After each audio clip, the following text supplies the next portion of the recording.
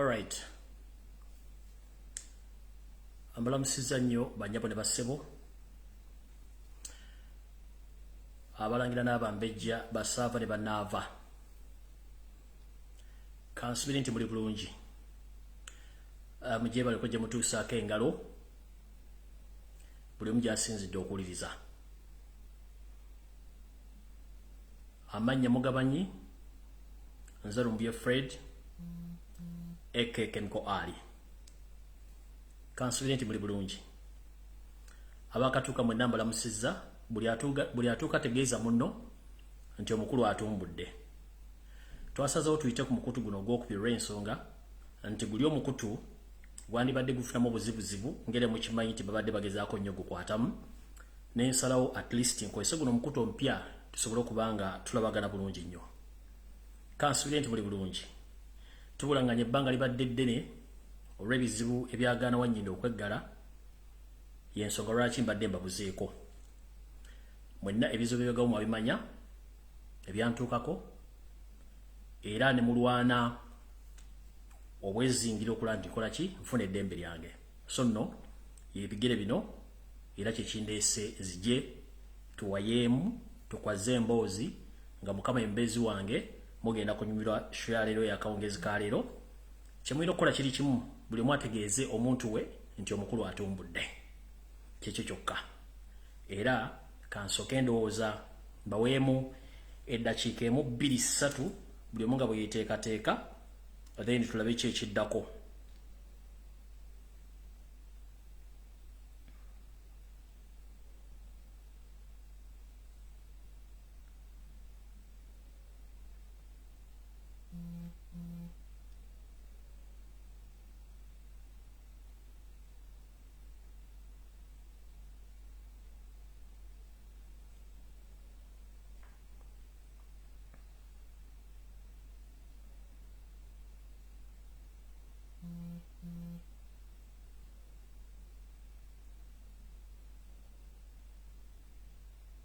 Embasama akadakika kamu kokka olw'ensonga nti nina byenkyanoonya wano ku ssimu yange lwakuba ndowooza obedde balomboloozi gambuza njagala n'essala y'omuntu gye yampadde wano naye ndowooza simanyi essala ya muwala ya mukyalo ono simanyi essala eri ludda bannange munansonyiwa naye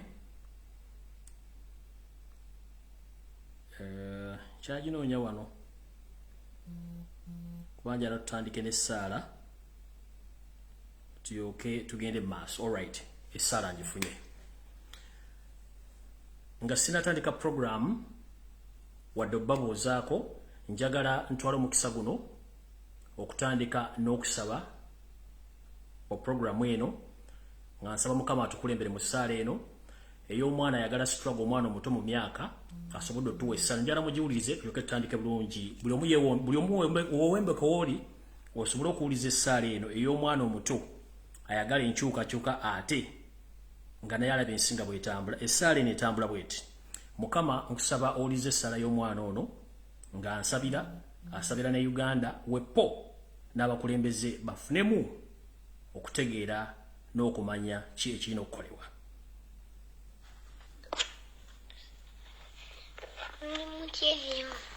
Jaji oli otyeyo muri mutyeyo Mukama akume naffe gye tuli tuli bulungi musire mutya Mukama akumya tukyali balamu mu linnya lya Yesu. Mukama afaayo Mukama era naffe gye tuli eno Mukama atukumye nga tukyali balamu Mukama. Tisha waffe oli otya oli bulungi Mukama akuwe ekisa Mukama akume era akuseeko obukuumi bwe. Kale mbasabireko mu linnya lya Yesu Kristo Mukama. Ayi Mukama Katonda waffe nga tujja maaso go Mukama nga tukusaba obukuumi n'obugabirizi nga tikyaffe nga tumuteeka mu mikono gyo Mukama omukume Mukama omuwa ebigambo ebyokwogera Mukama osaanidde.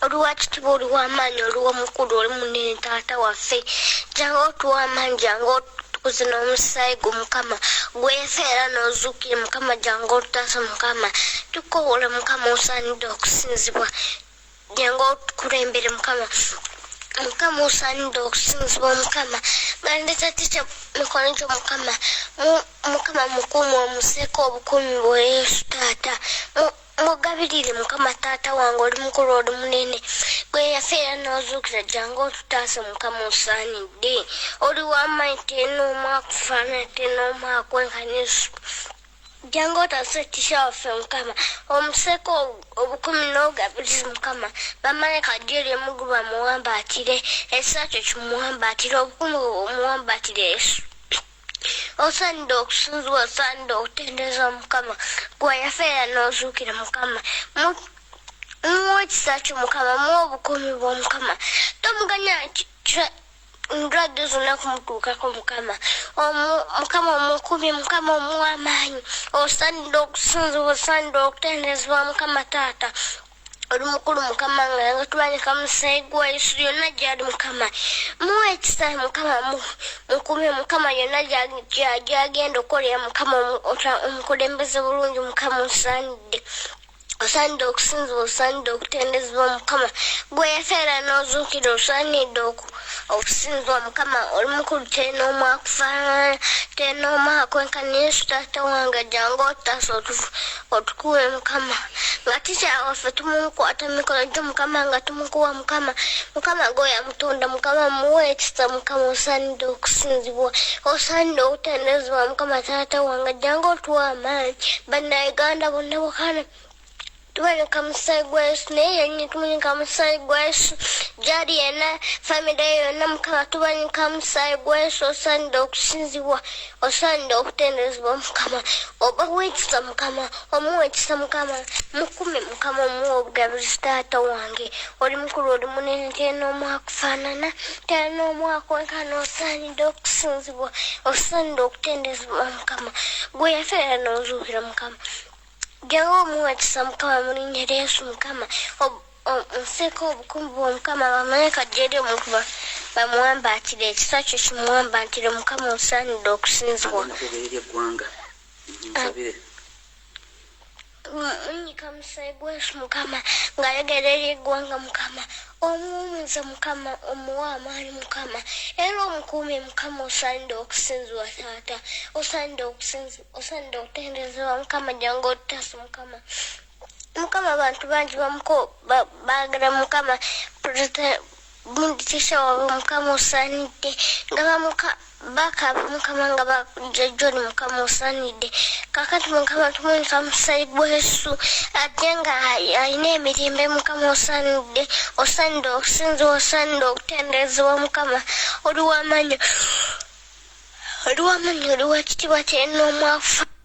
Amiina. Essaala ya mwana muto munnayuganda ayagaliza eggwanga emirembe era ayagaliza tikyamwe emirembe ayagaliza munnayuganda abatuddeko wano mu maaso emirembe byonna tubisaba nga tuyita mu linnya lya Yesu Kristo owange alalamula emirembe n'emirembe.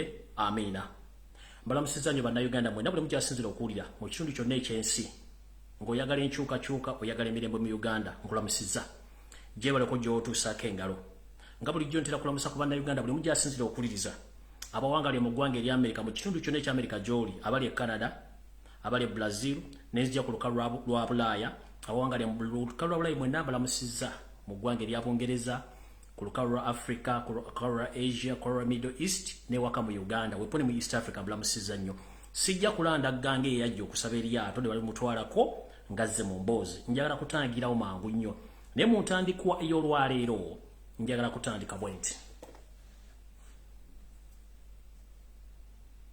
kitalo nnyo ddala mwenna baviiriddwako abantu bambwe mu njega yonna ezeegwa mu Uganda naye kyakusooka kya byonna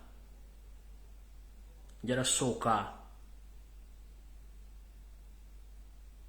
kugamba nti gusinze ayi Ssaabasajja Kabaka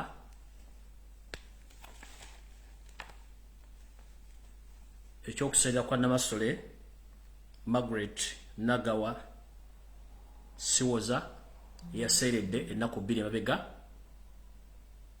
Mukama amuwummuze mirembe kubanga ffenna lyekkubo gye tulina okulaga enjawulo ya budde Ssaabasajja Businze naye Namasole Mukama akuwummuze mirembe byonna ebyakusobako Mukama bikusonyiwe ateekewo minzaani wakati w'ebirungi by'olesenga okoledde eggwanga ne Buganda n'okulera Ssaabasajja Kabaka omutuusa waali Namasole Nakabutuzi eyambutuza oyamuleka n'olyoka okwasaganya Ssaabasajja okumutuusa w'omulese Mukama akuumuze mirembe. Mukkowere erimu era nga lyakusaasira mu bbanga lye mbadde nga ndi emabega w'emitayimbwa emikono gitawumira muwemba oba ntungo, njala kusooka okutwala okusaasira kwange eri ekkanisa y'Abasodokisi bonna ewangaala ne Lamula mu nsi yonna naye eno nsinzidde mu Uganda olw'okuviirwako kitaffe mu Katonda Yona Lwanga. Kitalonyo ddala bafamire y'omugenzi Yona Lwanga Mukama bagumye olw'ensonga nti naffe era kyekiseera nti enjawulo ya budde nti atuwa obulamu atera yabutwala naye ogenza otya. Mukama akuumuze mirembe Bishop Yona Lwanga eyakola kyonna ekikyamu okutuusa w'oli ssaawa zino naye ajja kuba akugoberera. Nja kutwala okusaasira kwange era eri ab'ennyumba y'omugenzi eyali omumyuka wa poliisi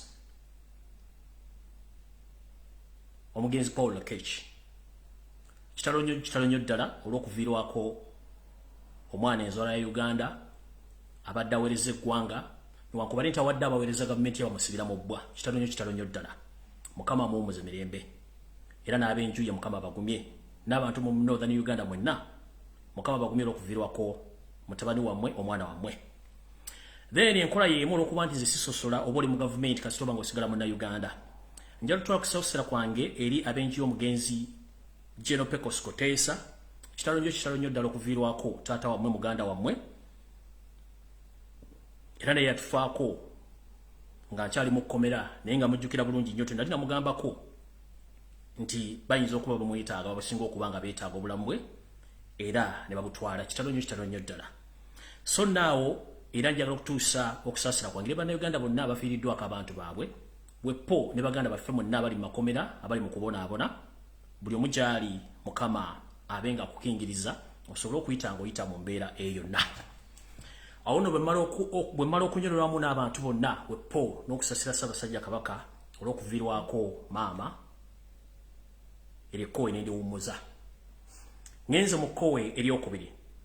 Njala tutwala omukisa guno okwebaza bannayuganda mwenna buli mujje muwangalira mu nsi yonna nga saawuddeemu gwani nti mwebale nnyo mwebalire ddala olw'obuvunaanyizibwa n'obuvumu bwe mwalaga nga nkwatiddwa nga nnumbiddwa n'entwalibwa abatamanya ŋŋamba gye bantwala okuntereka okumala emyezi 3 weddu. Njala okwebaza emirimu gye mwakola egyansobozesa okuba nti nakati wano wendi ndiwo lwa buyinza bwa Katonda nammwe bannayuganda. Buli omu eyakola kye yakola okusinziira mu nsi wali beebazizza. Abeekalakaasa okwetoola ensi yonna sigenda kumenya linnya lya muntu oba lya gundi wabula buli eyali group leader nammwe mwenna abaatwala obudde okwekalakaasa bannaye Mukama wonna we mwajja abaddizeemu bali nnyo mubalire ddala buli nsi we mwali. Bwe nva mu kkowe eryo nja kwebaza bannayuganda mwenna abaakwata mu ndyanga ne musolooza obuuma obwasobola okukola emirimu gye bwakola mwebali nnyo mwebalire ddala. Era mbategeeza nti ekyo kye mwakola kyali kikola kya buzira nnyo. Nzaani gwe mwassamu obwesige okuba nti munnwanira eddembe lyange ne mukwata mu nsawo ne muggyamu obuuma obwo. Olw'okuba nti ebyokwogera nna bingi ate nga mwandyetaaze okumanya biki ebiddako, njagala kusaba mbategeeze nti olunaku olunaddako nja kubategeeza obuuma bwe nafuna era nja kusaba bekikwatako abaakuŋŋaanya obuuma bonna musobole okuba nga mutegeeza bannayuganda be mwakuŋŋaanyamu obuuma ensaasaanya y'obuuma obwo nange oluvannyuma nje ntegeeza ensi yonna obuuma bwe nafuna olwo tujja kuba tuzze ku mulamwa omutuufu ogw'okulaga ennyingiza n'ensaasaanya. Naye nga njala okubaza mwenna bannayuganda buli omu yatoola ennusu nti we bali nnyo balire ddala wonna wajja Mukama akuddizeewo. Awo nno nga nvuddewo njala kwebaza omukulembeze wa National Unity Platform omukulu Robert Kyagulanyi Ssentamu we bali nnyo balire ddala ssebo Mukama wange olw'okutwala obuvunaanyizibwa bwepo n'abakulembeze ab'ekibiina kya NUP ne bamemba ba Parliament. Naye akensuso nja kwebaza nnyo abantu bano wammanga. Nja kwebaza omukulu akiikira ekitundu kya Kyaddondo omukulu amanyiddwa nga Honorable Nkonyingi Muwada. Taata njala okwebaza ekyensuso nti watambula n'otindigga engendo okuva ewaffe Kyaddondo n'ojja mu Butuluuki okuba nti onoonya omusajja gwe sirowooza nti yali akukwatako nnyo olw'okuba nti olina omutima gwa Uganda n'otindigga olugendo wabala nnyo balire ddala. bano benjogera batuukira ddala ku kkomera we nali era baatwala obuvunaanyizibwa. Onali bonku nnyingi tojjanga okwo waziika wamala. Njala okubaza muganda waffe lawyer oba counsel Anthony Wameri watuuka ku ttaka newankubadde wafuna buzibuzibu n'otasobola kutuuka we nali olw'okuba nti wali mukosefu n'osobola okuddayo webale nnyo webalire ddala ssebo. Era nkusaasira obulumi bw'oyitamu osobola obbusuuka. Njala okwebaza muganda wange Patrick Aketo munago muyita Pato muganda wange tojjanga okwo okoze omulimu gw'amaanyi nnyo okuba nti obadde mu biseera byonna ate nga ebiseera byobaddeyo si byangu nnyo n'osobola okuba nga wayita mu njege eyo. Abantu abamu sigenda kwogera mannya gammwe olw'ebyokwerinda olw'okuba nti mulimu abantu abasalwa nga ne bw'oyogera erinnya lye tajja kusalwa. Naye nga abantu mwenna bakola omulimu gw'okutuuka ku ground mbebaza nnyo. Amannya agamu nga sirikidde ensonga nti abantu abamu security yammwe si nnungi naye ffe abasalawo era amannya asobola okugogera. Njala okubaza omukyala gwe bayita Shakira. Amumanyira Shakira naye nze mmanyi nga Shakira Azati. Tuwangale nano mu ggwanga lya Butuluki mu kibuga Istanbul. Mukyalo no Shakira yalaga obuvunaanyizibwa Bannayuganda bonna bakungaanya mu kibuga Istanbul omu ttake. N'atindigga olugendo naye okujja okundaba wankubadde teyafuna access kundaba naye nategeezebwa nti waliwo omukyala Munnayuganda era ekakasa ku kkomera ne ku poliisi ez'enjawulo. Omukyala Shakira Azati wonna wooli mwannyinaze webale nnyo balire ddala okutwala obuvunaanyizibwa na buli kimu kyonna kye wakola webale nnyo balire ddala. Abalala sigenda kwogera mannya gammwe naye mwetegedde olw'ebyokwerinda mwebale nnyo omulimu ogw'amaanyi gwe mwakola olw'okuba nti mwanwanirira. Wano njala kuzzaako okwebaza Bannayuganda mwenna nga sisosodde mwebale nnyo mwebalire ddala. Si kyangu okuba nti mwayimirirawo mu kaseera akazibu bwe katyo naye mwebale nnyo mwebalire ddala. Nja kwebaza Bannayuganda bannange mwenna tukola omulimu gw'okwogera ba bloggers mwenna mwebale nnyo mwebalire ddala abaalwana. Sigenda kumenya mannya naye mwebale nnyo mwebalire ddala abaalwana. Mu kino mwakola omulimu gw'amaanyi nnyo weppole Bannayuganda abeekalakaasa okwetoola ensi yonna nti omulanga gwammwe oba enduulu zammwe zaakola ky'amaanyi nnyo n'okusinga amateeka bwe gandikoze. Kubanga mwatabaala buli mutimbagano gwonna ne mugenda ku embassy zonna bannange mwebale nnyo. Sisobola kwebaza Ssekinnoomu okujjako bebaza Lufaaya mwenna mwebale nnyo mwebalire ddala. Mwe temanyi kye bayita freedom of speech, freedom of expression tekitegeeza. Kitegeeza ebintu bingi nnyo nti n'omuntu eyandibadde tategeera ki ky'ogamba akitegeera. So njala okwebaza nti Bannayuganda mwenna abasobola okwekalakaasa. Ekyokubiri nga nnaasala okugera ku Nekigula Lujji. Ba bloggers banne bwe tukola omulimu gwe gumu. Buli muntu yalina obulumi obw'enjawulo okulaba nti Lumbuye afuna obwenkanya n'okumanyibwa waali. Kituufu nnyo. Era buli muntu yalina obulimu bwa njawulo mu sekita mwe yali. Era buli muntu yali akola ekisaanidde okulaba nti Lumbuye ono afuna obwenkanya era ava gy'ali asobola okukola ki? Asobola okuba nga ateebwa. Mu kyo twafuna miscommunication, mwafuna miscommunication ne mistrust ne misinformation. Ebintu bisatu byaleeta obuzibu. Ba bloggers baganda bange mwenna abaavaayo ne mutandika okulima empindi ku Bannayuganda abamu abaalaga obwetaavu mu kuba nti baali bannoonya bwe baali bantadde nti njagala obbasaba bannaaye bwe mubanga mugenda okutandika okulwana oba okuvuma omuntu yenna musookanga ne mwetegereza omuntu gwe musalako ebigambo. Njagala bagamba nti ebigambo bye mwayogera byali bingi nnyo olw'okuba nti twali mu bulumi ffenna nga mulumibwa n'ebigambo ebimu tebyali bituufu era abantu be mwakonjera. Njagala kubasaba nti bwe muba musobodde okudda mu bokisi mu beetondere baali bantu batuufu n'omulimu baali bakola mutuufu lwakuba nti waliwo miscommunication ne mistrust mu nkola ey'okunoonya Lumbuye. Naye nga njagala obbategeeza nti abantu abo tebalina musango. Mwafuna bufunyi miscommunication, misinformation ne mistrust. Era ba bloggers bannaye mwenna mbasaba n'obuwombeefu nti tukole ekintu kye kimu olw'okuba nti tuli ffenna Bannayuganda twagala enkulaakulana twagala enkyukakyuka. Buli muntu nsaba eyakola ensobi n'avuma omuntu gwe yavuma ku lwange bannaye nsaba buli omu asonyiwe munne kubanga tuli bantu tusobya. Kuba nkimanyi abantu bangi nnyo baavumibwa olw'okuba nze olw'okuba ani naye obutakkaanya bubeerawo naye tubumalawo tutya. Obutakkaanya bubeerawo tubumalawo tutya. Tulina kuteesa na kumanya kyekituufu. Tugamba nti obulimba bukeera nnyo naye amazima ge gasooka mu maaso bwe kityo bwe kiri.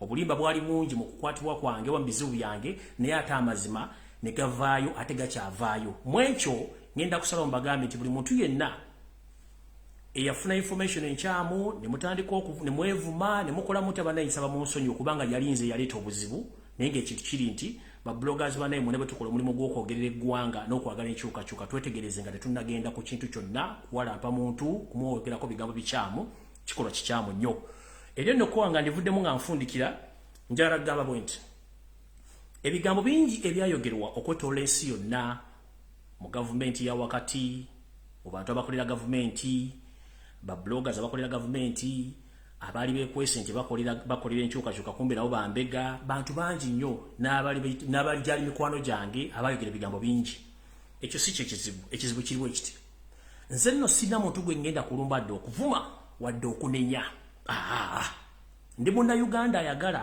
enkyukakyuka ey'emirembe atagenda vuma muntu wadde okulumba omuntu n'omu oba wanjogerako ekibi kyonna mukama akuwa omukisa oba wankonjera ekibi kyonna mukama akuwa omukisa oba wayogera ekigambo ekitakwatagana ng'empale za mukama oyo Yosefu tabasire mutano w'akaleekyeze mukama akuwa omukisa ekyo si kyekizibu kyange ekizibu kyange kiri nti mwenna mulina ekirwadde ekyabayingiramu kye bayita Yosefu tabasire mutano w'akaleekyeze syndrome sisobola kunenya kobere bloga kobere munnamawulire kobere TV I can't blame you.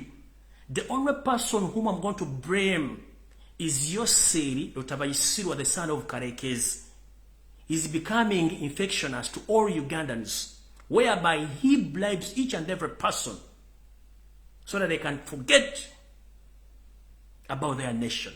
So sigenda baninya, ngenda kunya Museveni kyekirwadde ekingide buli muna Uganda yenna omwerabiza okwagala ensi ye.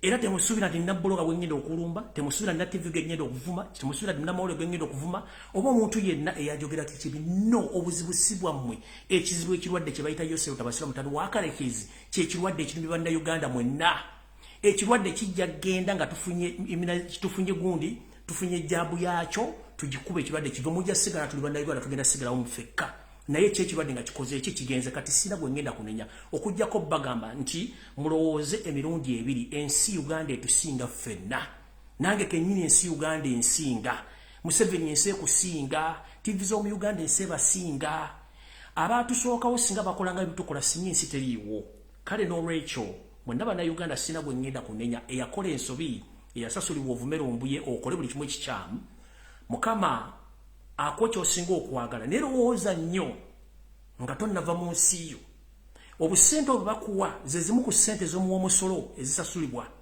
n'olw'ensonga eyo sigenda banenya ngenda kunenya omuntu waku Museveni kyekizibu kya Uganda so si babbuloga si bannamawulire si aba social media oba bannayuganda basekinoomu ekizibu kya Museveni yendwadde eri mu bannayuganda ebatuusizza okuba tebakyasobola kwerowooleza okujjako okulowooza nti buli mwaka atemu ekyo kyakola ki ekyanguwa so ekyo bwe ngenda okikomya ngenze ku Kigula Lujji kyaleero era mbatumiddeko mwenna abadde bamisinga ekigula Lujji nti nkomye obuto okubaweereza era ekigula Lujji ngenda kibawa buli lunaku oba buli lunaku lwebansobodde okujjibwa amawulire ntandise bwe nti Kigula Lujji kyaleero nga bulijjo bwe ngamba Yosefu tabasira mutano w'akaleekyezi nti wandikola ekintu okulumya omuntu n'owunzika ng'oyambe muyambe ekkiriza enswasweta yanula yereega engalabi mukulu okoze effujjo lingi nnyo mu Uganda naye tugamba nti enkima gyekoma okulinnya omuti gyekoma okwolesa obwerere bwayo oba buli maawa mukulu ekigambo ky'okutta bannayuganda n'okubuzaabuza okuwa amawulire amafu kikyamu nnyo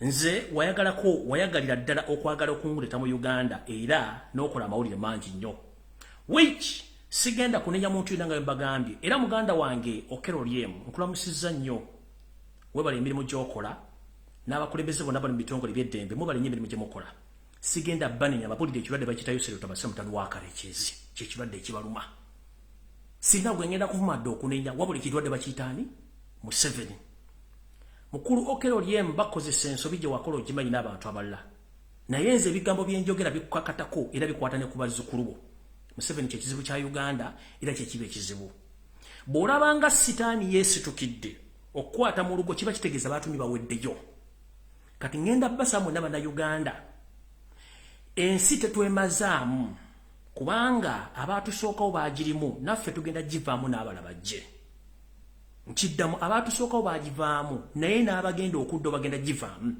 so saagala Museveni agenda okuvaawo enkya atwawukanye ffe bannayuganda kubanga tukyaliwo nnyo abaana baffe we bali mwe munaalowooza nti okulya obusente obusiddiiki kyekigenda okutwala kyekigenda okwongeza eggwanga mu maaso kikyamu. So Museveni njagala kugamba ekigambo kimu. Ensengeri gy'ogitwalamu okutta abantu gwe wandirowooza nti oli wa kitalo nnyo nga gwe b'olowooza naye twali tulabye abanene emirembe engalo. Mukulu abantu abali bategeera wafudde abasiru.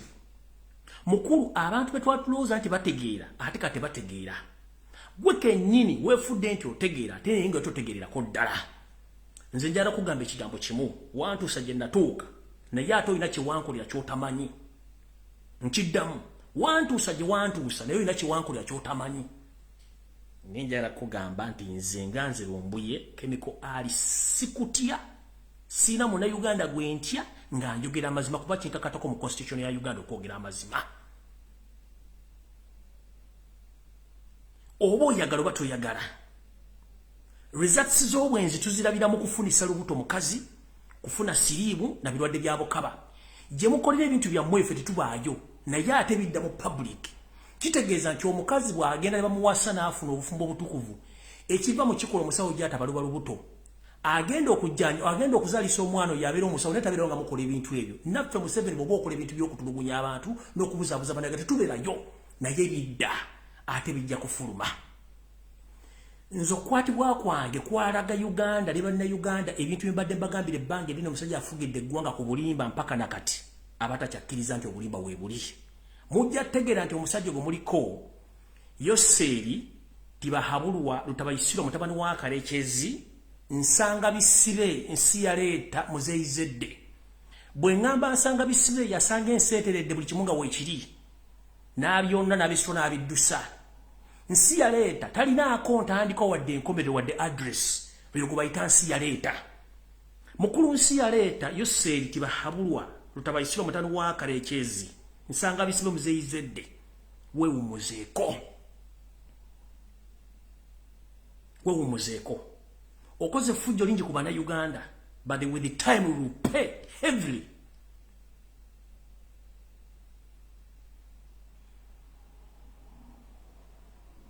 Guwandirowooza nti gw'osinga okutegeera mu naye si gw'okusinga okutegeera.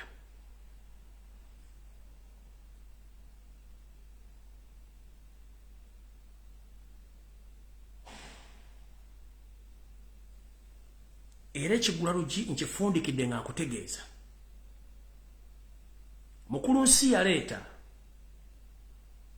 nsanga bisibe muzeyizedde wumuzengala bikolera. Amazima gakaawa naye ojja kumanya amazima. Kati anvuddewo olw'okuba nti obudde nda butono ate abantu bamugenda kukola njagala okusookera ddala bategeeza. Sirina kintu kyensobola basasula mu nsi okujja kusigala nga nkola omulimu guli gwennyini gwe mbadde nkola okubawa information era nyikyambuza bulungi nnyo nga mugitegeera. Kyensigala nga nkola kyekintu kyenyinza obbasasula mu kyokka. One, maze emyaka egiwera gigenda mwena sikola nga nkolera ggwanga kukyuka. Ntuuse n'okugenda mu kkomera nga nkyolera ggwanga kukyuka. Kye mwansasulamu kisinga bye mbadde nkola mwe bali nnyo mubalire ddala. Kyenyiza obbasasulamu kwe kusigala nga mbaweereza n'okubagula information yonna nga bweneeba. Era bwe naaba nga ngifuna ngenda gibawa. Era nga njagala kutandika n'olwaliro mbaweeko ku information gye nnina mujja tegeera. Olw'ensonga eyo okwebaza kwange n'Ekigula Lujji bikomyano kati video entuufu etandise.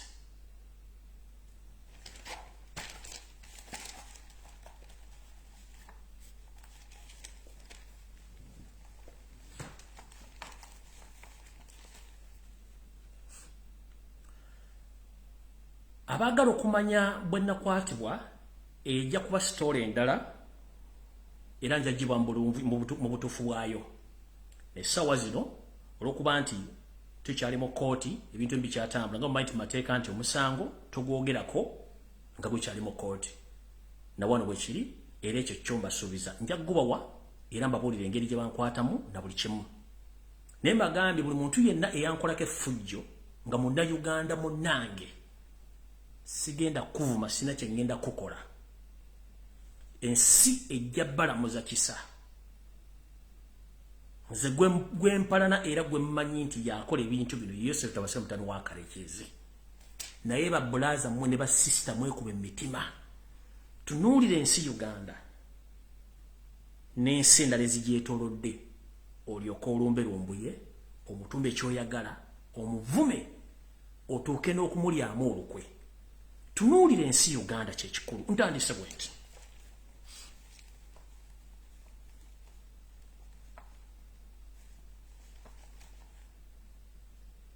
Mbadde nga mukomera ebiseera bisinga nga seraliikirira bulamu bwange.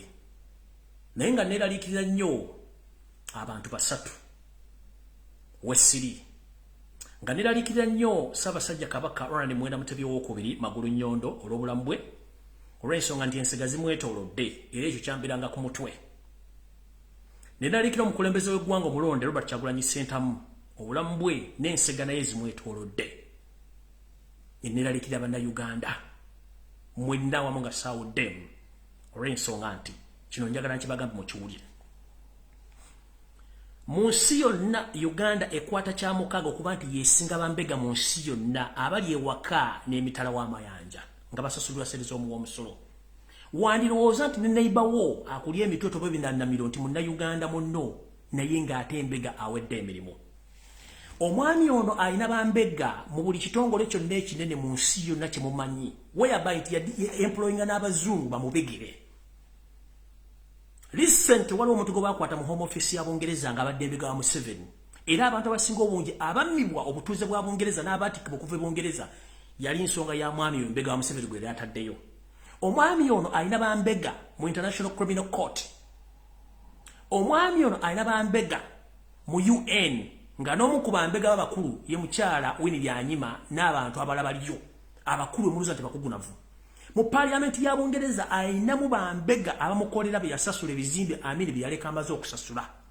Mu ggwanga erya Amerika alina bambega abali ku street bannayuganda omuli abakazi n'abasajja ababega abatambuza kanyo kawulire era nga bannayuganda bafunye obuzibu. Mu mawanga ga Afrika tomala, mu East Africa tomala, mu Uganda kyo kizibu nnyo ye namba 7 mu kuba nti alina bambega abangi mu nsi yonna. Naye nga abantu bano tebabega on behalf of the benefits of Ugandans. These spies, they spy to protect Museveni in power, not something else. They are protecting him to stay in power, but not on the behalf of Ugandans. Ensi endala zina bambega abebika ebyenjawulo abazibegera ku lw'abannansi baazo, naye Museveni bambega be babega kubeezaawo gavumenti ye na famire ye. Nkibanyonyodde bulungi. Kyova olaba ne bw'omuwandika petition mu International Monetary Fund, Museveni ayirayo bambega be abamukolera. Abasasula ssente empitirivu mu dollars, abalala yabawa ebirombe bya golodi, abalala yabawa ebirombe by'amafuta, buli kimu kyo kyayagala akikola. Okuba waka katono nnyo nga sinagenda mu maaso. Omwami ono bwe twali mu kalulu ndoza mwalaba ebyava mu kalulu, omusajja twamuwangula flat. Naye njagala bajjukiza nti ekizibu kye tulina mu Africa ne mu nsi endala ezikyakulaakulana, tulina ekizibu kiri kimu nti tukyali mabega wa mitayimbwa egy'abaatufugako oba abaatukolonizinga. Indirectly bakyatufuga nga tetumanyi. Era kyova olaba ono omwami assa abantu yakyasinza okutta abantu ku kalu Africa teryamunyigako kubanga is protected by those international spies abali mu international bodies, whereby nti n'ebikolobero byakola byonna tekyali amunenya kubanga ayinayo abantu amuterayo akabega. Ekyo sigenda kulwawo. Ngenze ku nsonga enkulu. Ensonga enkulu ey'eggwanga okulitunda, ekyo nze nkibagamba buli lunaku nti eggwanga Uganda lyatundibwa nga mulowooza nsaaga. Eggwanga Uganda Museveni yalitunda ne muganda we mu Kuteesa ne mukyala we Judith Museveni. Olwewe twogerera amagye ga Uganda gagenzedde Congo naye tegagenzeeyo leero, gagenda almost omwezi mulambe mabega. Kati eno message njagala egende eri ekibiina kya National Unity Platform ekikulembera Kyagulanyi Ssentamu ne baganda wo bonna. Ekisookera ddala ekyatutte amagye ga Uganda ogende Congo nga mukimanyi nti ADF kibiina kya Museveni yakyetandikirawo yagenze nga balina akatego ke baagala okuteeka mu Robert Kyagulanyi Ssentamu n'ekibiina kya National Unity Platform. Museveni njagala oveewo wakane nti ADF si kibiina kyo nga ne yali akikulembera gw'omulina eruzira naye nga tetasiibayo ruzira kubanga omusasula omusaala buli mwezi ate ng'ekiro tabeerayo abeerayo misana. ADF tebangayo bali basirikale bogo bakozesa wagenze Congo still nomenya constitution nga toboziza parliament era ekyo wakikoze kubanga amaje wagenze okwogera nti bajja bakola formal information mu parliament already nga amaje gagenze de Congo amaje ga sadas abantu banasi ba Congo okubula bamala mu kitundu gye wagenze kimenya mateeka wakutte omudiri gw'ensimbi n'ogusasula ekitongole ekyensi yonna ekyamawulire kye bayita Al Jazeera okuva wiki ewedde osindikayo abasajja bo abali ku international level okutandika okukampeiningira era Al Jazeera mu nsi yonna yezanya amawulire go muno wataddewo no assemblinga omukulu Andrew Mwenda mukoddomiwo no assemblinga Jim Hwezi oneye mfanfeewo no assemblinga n'abayaye abazungu abali mu East Africa naddala mu Kenya okuba nti batandika okwogerera n'okufuula ennimi ku lukalu lwa Uganda nga boogera ku mitimbagano egy'amawulire ag'ensi yonna okusinda Al Jazeera wetwogera Al Jazeera yezanya amawulire go mu nsi yonna olw'okuba nti ssente mwazisasudde okuba nti muzabuzabuza na Uganda nkimanyi ne bomu ezaakuba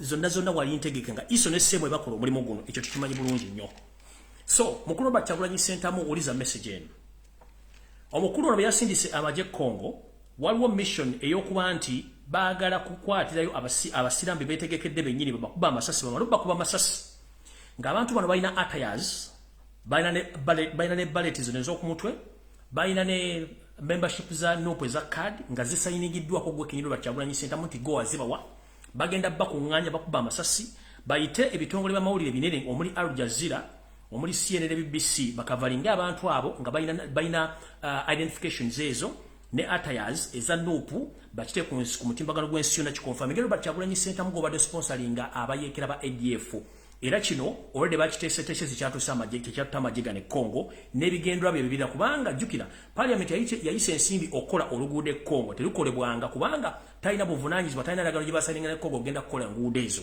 so olw'ensonga eyo njagala bategeeza ekintu kino mukimanye abasajja bano balina olukolezi kyembaga Museveni yafuga eggwanga erya Burundi to remind you Museveni yafuga eggwanga erya Rwanda to remind you Museveni yafuga South Sudan to remind you Museveni yafuga Congo Museveni yafuga Central African Republic ne wankubadde mulaba abakulembeza abafuga kati kino kanki bajjukize mujjukira omugenzi Laurent Desire Kabila omusajja yali awangalire makindye Museveni amukwase mundu ne simbi ez'omuwa omusolo n'agenda nalumba eggwanga lya Congo ne bakuba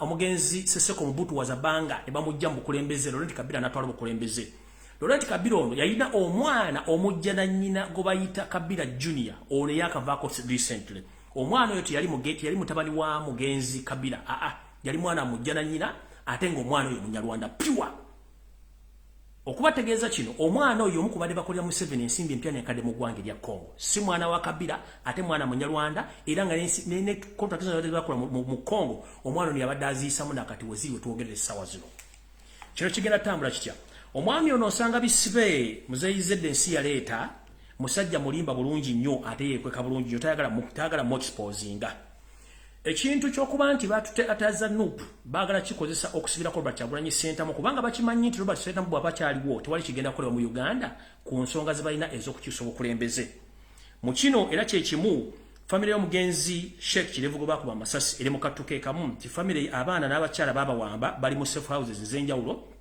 nekinasembyeyo okuma nti bali mu safe house y'e Makindye mu military barracks bali mu batulugunya n'okubakkiriza okwogera nti Sheikh Kirevu era akolagana Robert Kyagulanyi Ssentamu era Robert Kyagulanyi Ssentamu yajjanga mu maka ga Sheikh Kirevu ne babaako emboozi bayisinganya n'ensimbi olw'okuba nti nga Museveni bamukyala agambe nti Sheikh Kirevu yalina enkolagana Robert Kyagulanyi Ssentamu era nga n'ensimbi ezimu ezaddukanya nga emirimu gya ADF Kyagulanyi yazireetanga naye omukyala olwo n'abaana bakyakalambidde so omubani muwulira ebintu ng'ebyo temwewuunya nti biki ebibaddewo ebinaava e Congo mujja biwulira buli kintu kyonna ekyekwasibwako nti mulabye omuntu nga bamukutte oba bamuttise ng'alina kaadi ya NUP n'ebyambalo bya NUP temubuuza ani abirimu iso SSMI n'ekitongole eky'amagye ekya Museveni kimukuumira ekya SFC so yensonga eyatutte omukulu Museveni wansi mu Congo ayagala kujjayo results eziraga Robert Kyagulanyi Ssentamu yabadde aduumira ekibinja kya ADF in disguise naye ng'akimanyi bulungi nnyo nti ye kennyini yali babega wa kintu kino ago gawedde ngenze ku mulala twali tuli awo nga muwulira amawulire nti China yatutte ekisawe kino baali bakitwala dda naye nga batya buti kwogera nti China atwala ekisawe kino naye nga China tetwalanga kisawe kino kyokka ku ndagaano Museveni ze yasayininga nabagamba nti abantu bano tebasomanga mulowooza nsaaga kya bulijjo mu mateeka nti eggwanga bwe baligenda okwewola ensimbi bayita mu kakiiko ak'ebyenfuna mu parliament ne bateekayo okusaba kwabwe parliament n'ekukkiriza ne kulyoka kusiteekebwa mu bitongole by'enjawulo by'ensi yonna ne balyoka basaba omusimbi. Yosef Tabasira mutano wa Karekyezi Muzeeyi Zedde ensanga bisibe ensi yaleeta yasituka ne muganda we Samu Kuteesa wepo ne mukyala we Janet Kemba bazibombi ne bagenda mu ggwanga lya China ne basayininga endagaano ezitunda ebyamaguzi n'ebyobugagga bya Uganda abantu basatu nga tebategeeza ku parliament bo ne basayininga endagaano. Mu kisinga okusesa era ekikwasa ennaku omwami ono nsanga bisibe ensi yaleeta atamanyiddwako nsibuko ye Muzeeyi Zedde Yosef Tabasira mutano wa Karekyezi. Endagaano ze yasayininga ezimu zaali mu luzungu bazivunudde n'endala ezitavunulwa mu luzungu nga ziri mu China ate nga ziri mu bugambo butono nnyo. Bagenda okumala okwekkanya endagaano zino ze basayininga nga n'ebintu balina okuwaayo biyitirivu nnyo ku ssente ze babawola olw'okuba nti ssente bo lwazifuna ne bazikolamu ebyabwe endagaano ekomawo baluma bagenda okwetegereza endagaano givunula nga balina bingi nnyo ebyokuwaayo. Mu kisooka mwalimu ekisawo ky'entebe kyo kigenda mukkirize oba mugaane. Mukulu Makerere University nayo kwegenda okugendera mukkirize mugaane. Nakawa nayo eyinza okugendera kusinziira ku baana abasajja bebaagala. Kyambogo University naye eyinza okugenderako. Jinja Dam Power Station naye egenda kugenderako. Kaluma Power Station naye egenda kugenderako. Lake Victoria eno baali bagiwaayo dda. Era najje ne bagamba nti Lake Victoria okulemba ne bannayuganda badde bavubavumu n'amaato nga n'ebinnyanja bavuba bina address biraga mu kitegeere nti ennyanja eno yali yagenda dda. Nga bo bagiwaayo dda mu bintu ebyo birina okuba. Mu bintu ebirala bigenda okugenda kamba jjukize mu bintu ebirala ogenda okugenda bye bino wano wammanga. Nga baagala okuza ssente zaabwe. Lake Victoria njibagambye, Entebbe Airport njibagambye, Kaluma Falls Kaluma Dam njibagambye. Ekisinga okusesa nno abaami bano abachina bajinguwongu changuwongu baagala border posts B ezisinga okuyingiza ssente mu Uganda. Border post kuno kuliko Busiya, kuliko ne Maraba nayo kweri border bazaagala zikontrolinga okuba nti omusolo gwonna oguyingizibwa mu ggwanga nga guva ku borders ebbiri baagala ogukontrolinga. Mukiwulidde bulungi?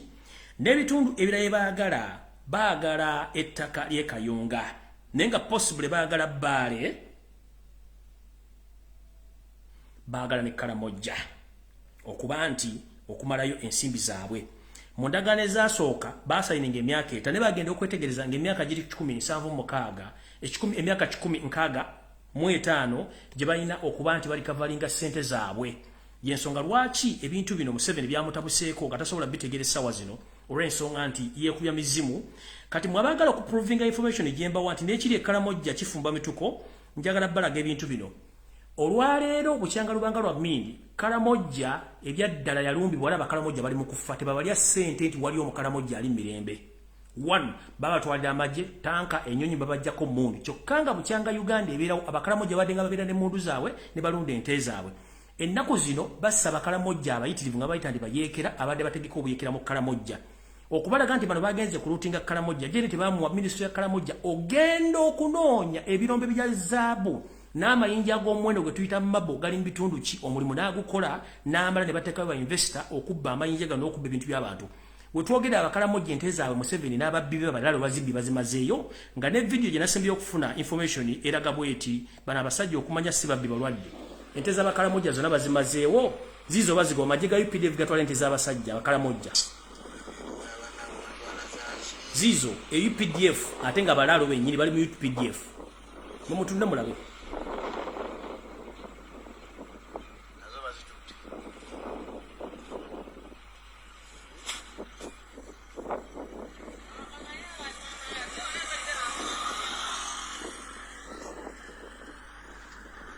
Mulinde mulabe ente z'abasajja bali mu kuzibba. Eyo gwe muyita nsi yaleeta nsanga bisibe buli kimu akitwala.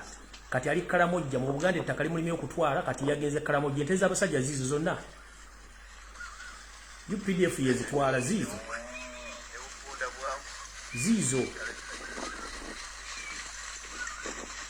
SFC yetwala ente z'Abakaramojja. Gaago magendo za Mugalaba.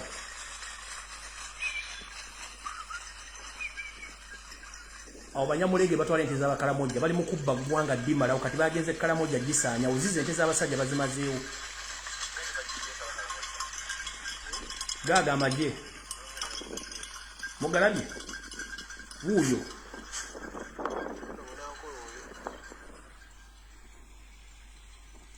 ezente ziri awo kati Karamoja waliyo kituyita mabo amayinja gebbeeyi era nga tasobola gakyamako nago gaagano bagasimba bagatwala bagateeka mu container ne gatambula ensi yonna ne bagenda bagatunda kyokka gavumenti erina kyemanyi gaago oyo mabo ali Karamoja era kabaka ono ng'amwagala nnyo olw'obuweereza bwe omumbo bwanga bamwagala kubanga yali aweereza kyokka kabaka buli lwe yatambulanga n'omumbo wuuno nga banyumya omuvubuka agamba kabaka ti kabaka teweemulugunyanga maaso ga Katonda buli ekikutuukako kiba kituufu kubanga Katonda takola nsobi buli kyaleeta mu bulamu bwo kiba kituufu era kiyamba ggwe n'olwekyo buli mbeera yonna gyebalise Mukama oba masiga oba ssanyu sigala nga weebasa Katonda kabaka n'atunuulira omuvubuka ono nga bwe batambula ne banywa ekyo kya Muganda buli mbeera yonna kabaka weebase Katonda kyokka lumu baali bagenze ku ttale nga bayigga enjiri nejja enjiri y'embise y'omusiko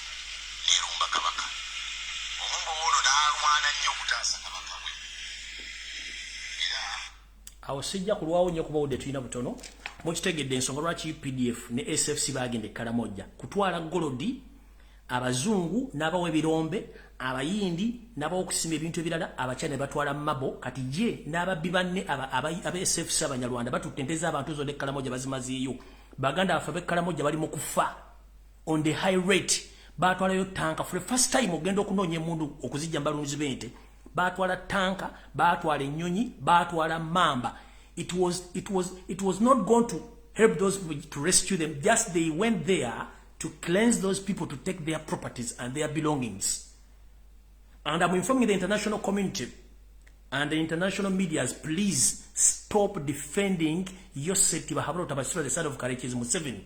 This man is a disaster in East and Central Africa, whereby he's good at camouflaging and lying. As we speak right now, so many Ugandans are rotting in safe houses or in torture chambers. So many people are killed and buried in mass graves. Right now, Europe and America, you are trying to protect Museveni, but if you don't wake up there in the morning and stop financing this gentleman, you continue to receive more refugees in your country.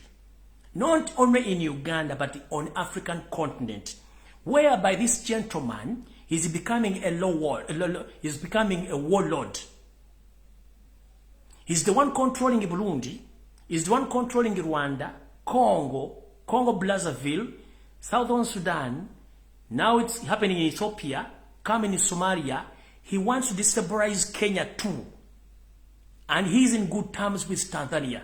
So I'm encouraging the international community, please, with a humble request, stop financing Museveni. Is becoming a deadly weapon in East and Central Africa. As we speak right now, there are so many Ugandans and so many Africans who are fleeing their countries due to the economic crisis, and people are running for their lives. So whoever financing Museveni, and this message go to European unions, the British government, the United States of America, and the other countries, stop financing Museveni. Because the more you finance this criminal, the more he keeps on killing people, the more he keeps on destabilizing Africa in general. If you think that I'm lying, please come on ground. You will witness. And I'm encouraging and I'm asking politely, European Union, the UK government, and the United States of America, please stop funding Museveni. Because the more you fund Museveni, the more he destabilizes the East and Central Africa, the more people flee their country, and the more people they seek refugee or asylum to your countries. So, in the simple terms, you are reaping what you sow. Because the more you support Museveni, the more he implements his programs, and the people who are found in those areas, most especially in East and Central Africa, they run out from their country to seek for refugee in other countries, mostly in Europe and America. So please stop. Stop. We are tired. Right now, Europe, right now as we speak right now, Europe is in a crisis of refugees from Arab countries.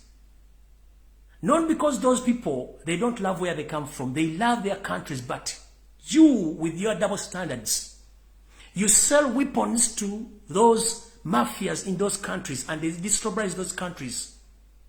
And those people, they can't wait. They have to run away from their countries. The same happens to Uganda. Every day, every time you sell weapons of mass destruction to Museveni, and he destabilizes the country, the more Ugandans flee their country to go to other countries to seek refugee. So please, European Union, the British government, the United States of America, please, I humbly asking you, please stop defending, supporting Yoweri Museveni, because he's becoming a terrorist or a problem in Eastern Central Africa. And if you don't stop him, don't regret for the outcomes. Because for him, he doesn't care the outcomes. He's free to do each and everything because he knows he deployed so many spies in international bodies like in UN, IMF, International Criminal Court. This gentleman, I think, is among the people who have the biggest number of spies on international levels. That's why so many Ugandans abroad, they are dying of poison. Because he had deployed a lot of those people. He spends more money in destabilizing East Africa. Right now, I'm talking about East Africa, but soon or later, if don't stop this gentleman, Africa is going to be messed up by this dictator, the bloodsucker. That is my message.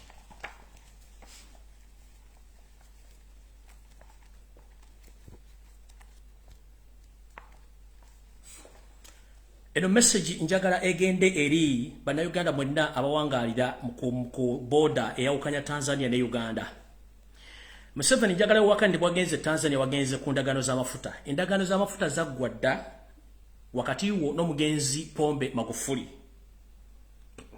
Ono omukyala afuga Tanzania mulina omukwano ogw'enjawulo era mu endagano ze mwakola endagano z'amafuta ne ziggwa. Ekyakututte Tanzania kikino wano. Okimanyi bulungi nti international organization ezisinga obungi ziri wiringi okujja mu Uganda okufindinga atrocities zotandise okukola mu Uganda kubanga these governments or these international bodies, they are investigating the information they get from the ground that you are killing Ugandans and you are burying them in mass graves. As we speak right now, you went to Tanzania to camouflage that you were there for the sake of signing agreements of pipelines. No, those agreements were done some time back. You went there to seek permission so that you can hide your weapons of mass destructions which you produce in Kapeka Masulita, that is Royal District, and in the islands of Sese.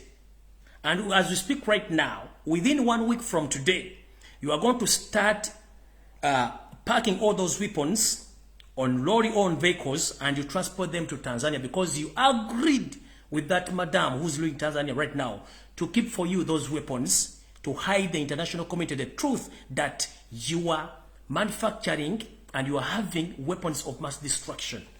And the other issue which took you there. From my reliable information, I was informed that the second request you made or you asked from that leader of Tanzania as we speak right now, there are so many people with the evidence that you killed a lot of Ugandans during the campaigns of 2021 in January. And the young people from different parts of Uganda were killed and buried in mass graves, but most especially in Buganda region, in central region.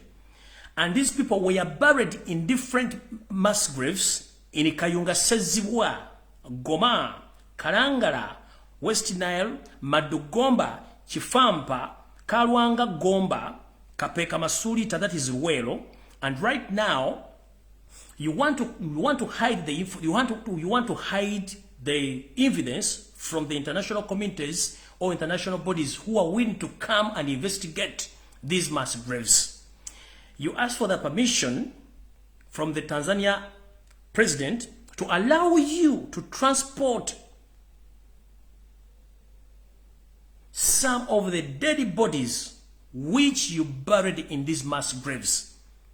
Those are the two items which took you to Tanzania. And I think your request was accepted by the madam. So people who live nearby Uganda and Tanzania border, starting this week, you'll be witnessing my information that big vehicles will be leaving Uganda, heading to Tanzania, taking unidentified commodities, but in particular, guns and dead bodies, which were resumed from those districts or those areas, have informed you above or below. The areas are Kayunga Sezibwa, Goma, Karangara, West Nile, Madugomba, Kifampa, Karwanga Gomba, Kapeka, Luwero, that is Luwero. So those are the areas which are full of mass graves where the young Ugandans, they were killed and buried, and some parts of Mabila forests. So Mr. Museveni, don't fool Ugandans that you went to Tanzania to finalize the agreements of the pipe oil. No. You had agent agendas, and those are the agendas which took you there. At first, you wanted to send Dr. Rwakana Rugunda to finalize that mission. Rwakana Rugunda failed to agree with you. You wanted to send Muhoozi Kainerugaba, but unfortunately, Muhoozi Kainerugaba, he can't even express himself. And he's not loved, local and internationally. So that option also failed until you accepted to go there on official visit, but which official visit had an agenda. That's why you didn't even spend there a full day. You went just there for hours because you had a mission.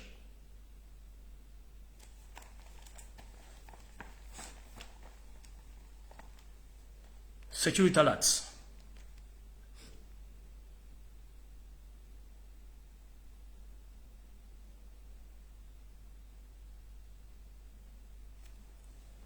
As we are preparing for the festive season, please, Ugandans, be very careful. As we speak right now, the pandemic of coronavirus is spreading on very high speed worldwide. But remember, in Uganda,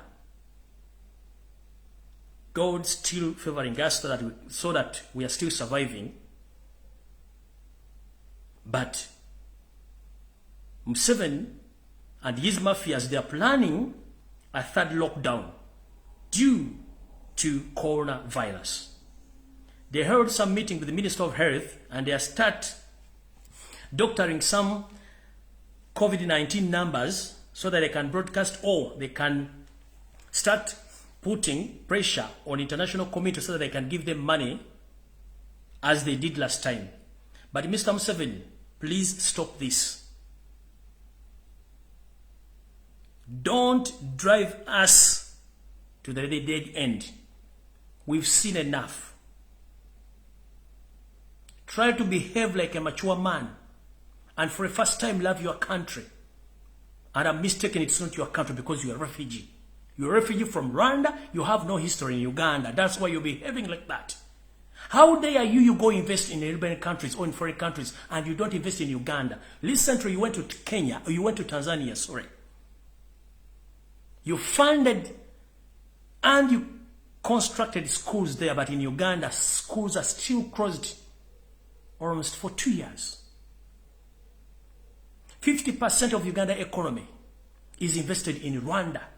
As we speak right now, you are investing a lot of money in waging war in Congo, but Ugandans are suffering. 25% of the money, or the taxpayers' money, is being used on paying international spies. Stop this. As we speak right now, you had a meeting with the Minister of Health, and you agreed that you are proposing to lock Uganda for a third time due to coronavirus.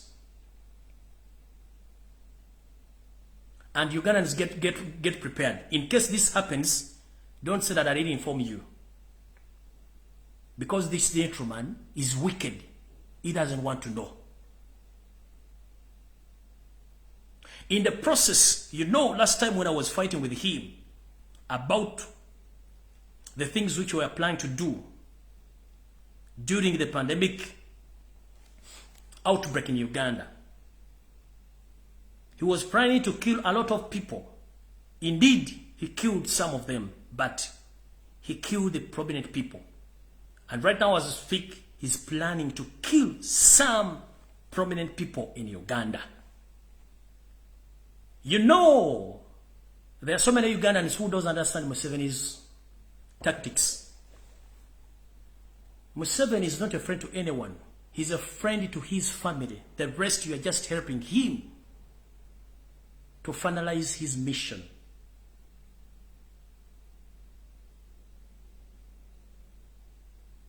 Even if he gives you a lot of money, at the end of the day, he's going to finish you. As we speak right now, Mr. Peter Elrelu, you were given orders 5 years back by Yosef Tibahaburo Tabaisirwa Nsanga bisibe muzeyizedde. You went to Rwenzulu kingdom, you massacred the Rwenzulu people on orders of Yosef Tabaisirwa, the son of Karekezi. Many people lost their lives because you were ordered to do so.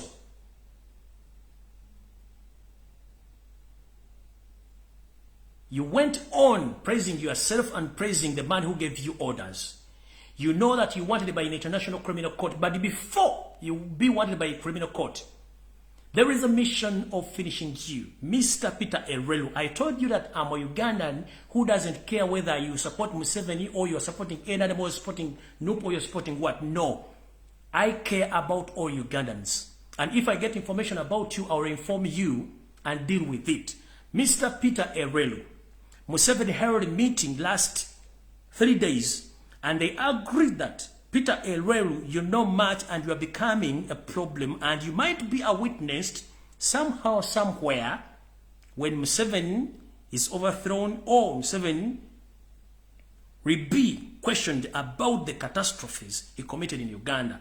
So, among the people who will be questioned where did they get the orders, it's you, Peter Elrelu. So, be very careful if it is easy or if it is possible. I think you can leave Uganda with immediate effect because you are the next in a target. I told you Museveni uses people and at the end he dumps them. From dumping them, he eliminates them. So now Peter Elrelu, you are among the people who are on the assassination list. Be aware.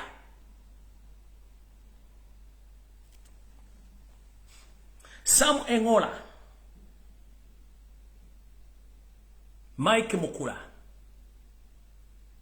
you are among the people who are listed who are going to be assassinated soon or later. Be aware.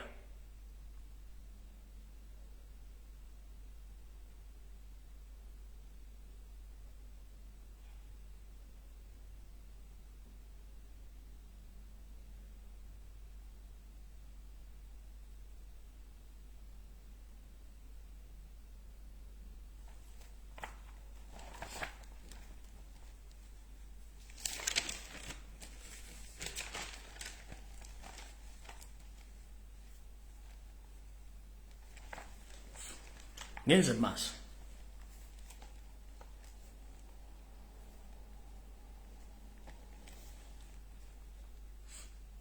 Mwenanga mukimanyi nti omwami ono Yosef Tabasira mutano wa Karekezi yekennyini ebintu byakola tebikiriziganya amateeka ga Uganda. Njala tegeeza Abaganda baffe mwenna abalina obulwadde obwa mukenenya. Mukimanyi bulungi temukirizibwa kugemebwa olw'okuba nti mulina embeera etali nnungi. Naye ndowooza ensimbi ezaali zirina okukola ku nsonga zammwe mwategeera abantu abazibba. Muno mwe mwali omugenzi Teddy Sezikyeye, mwali mu Janet Museveni Kembabazi, wepo n'omukulu Mike Mukula babba sente zammwe ezimu ne bazimba bye bazimba wetwogerera essaawa zino Museveni yatoye order nti omuntu ayina akawuka ka mukenenya ateekeddwa okubanga alina okukimbwa atagenda kuwebwa mpeke zino kitegeeza ki mulina ebbulwa ly'empeke zino olw'ensonga tiwaliwo ekigendera ekyokutandika obbasaanyaawo n'ekigendera ekyobbakendeeza naye nga mukimanye nti ebintu byonna bikolebwa nga mulowooza nti byenjogera sibiriyo ne mujja tutegeera ekituufu kyeki mbagambye omwami ono Muhwezi ne Janet Wepo ne Mike Mukula babba ensimbi ezo mujjukire nti n'omwami eyabawako obuzuulizi eyali munnamawulire gwe bayitanga Teddy Sezikyeye ono yattibwa oluvannyuma lw'okuba nti yasibwako mu kkomera Luzira n'amala n'ayimbulwa oluvannyuma n'attibwa abakozi ba state aba ISO abamutomera ku boda ngaddewe era n'attibwa oyo n'aggyibwawo Mike Mukula nkugambye omanyi bingi nnyo ebikumanyisa ebingi ennyo wadde oli wa NRM Simeyo Gusime President waawa kugambye oli ku assassination list ekyo nkikugambye kibeera nange okitegeera Mike Mukula okitegedde ngenze ku kirala Mukulu Museveni mbadde mukomera ng'okola ebikolobero bingi nnyo ne bwe mba n'okola ebikolobero bingi nnyo watandika okutega bomu ng'okozesa ebitongole ekya ISO that is Internal Security Organization CMY ekibega amagye wepo n'abantu aba SFC watega bomu mu basi eyali eva empigi n'entandika okulabula abantu bomu zigenda okuvuga mu butale n'olowooza tetutegeera abantu bakola kye tuyita analysis ku bomu zonna ezaavuga baani abaazitega zaateguka zitya obutambi mwabukola butya ne bukyusa buli kimu nga mwagala ogenda e Congo kubanga mukimanyi 1 Museveni okimanyi tolina kyayina ssente gy'olina okujja ssente kwegenda e Congo okubba ebyobugagga kyekyo kati kikutwala e Congo naye nga ate olina n'olukulu okufulaminga Kyagulanyi Robert Ssentamu kati mukulu kankuswaza olwaleero omuvubuka gwe mwakozesa ogenda okutulisa bomu mu bus eyali eva mu bitundu eby'amaserengeta ga Uganda ngedde e Kampala gwe mwawoza mbu yali mutujju era n'amanya mwagabwa mukulu njagala kuswaza nga n'enseeraba bomu eyakubira mu bus empigi omuvubuka oyo yali mukozi wa state era nga mukozi akola ne flying squad y'omu ku bavubuka abatrainingibwa bwe batraininga Kabakabalya Police Training School ono yali mu kibinja kya 7 mu bibinja ebimu byatendekebwa eyo naye nga yali mu kibinja kya Jati mwakolera mwamu omulimu ne bakama bagenda okutega bomu zino bomu eno netulika bubi bwe yatulika obubi omwami ono mukama we eyali ku dute yali supervisor n'amukuba essasi omwami ono amanyage amatufu omuyita Agaba Anthony enamba ye ey'owambega oba ey'amagye eri 33340 giwakani nti si yeye gwagamba nti yali amanga terrorist yafira mu basi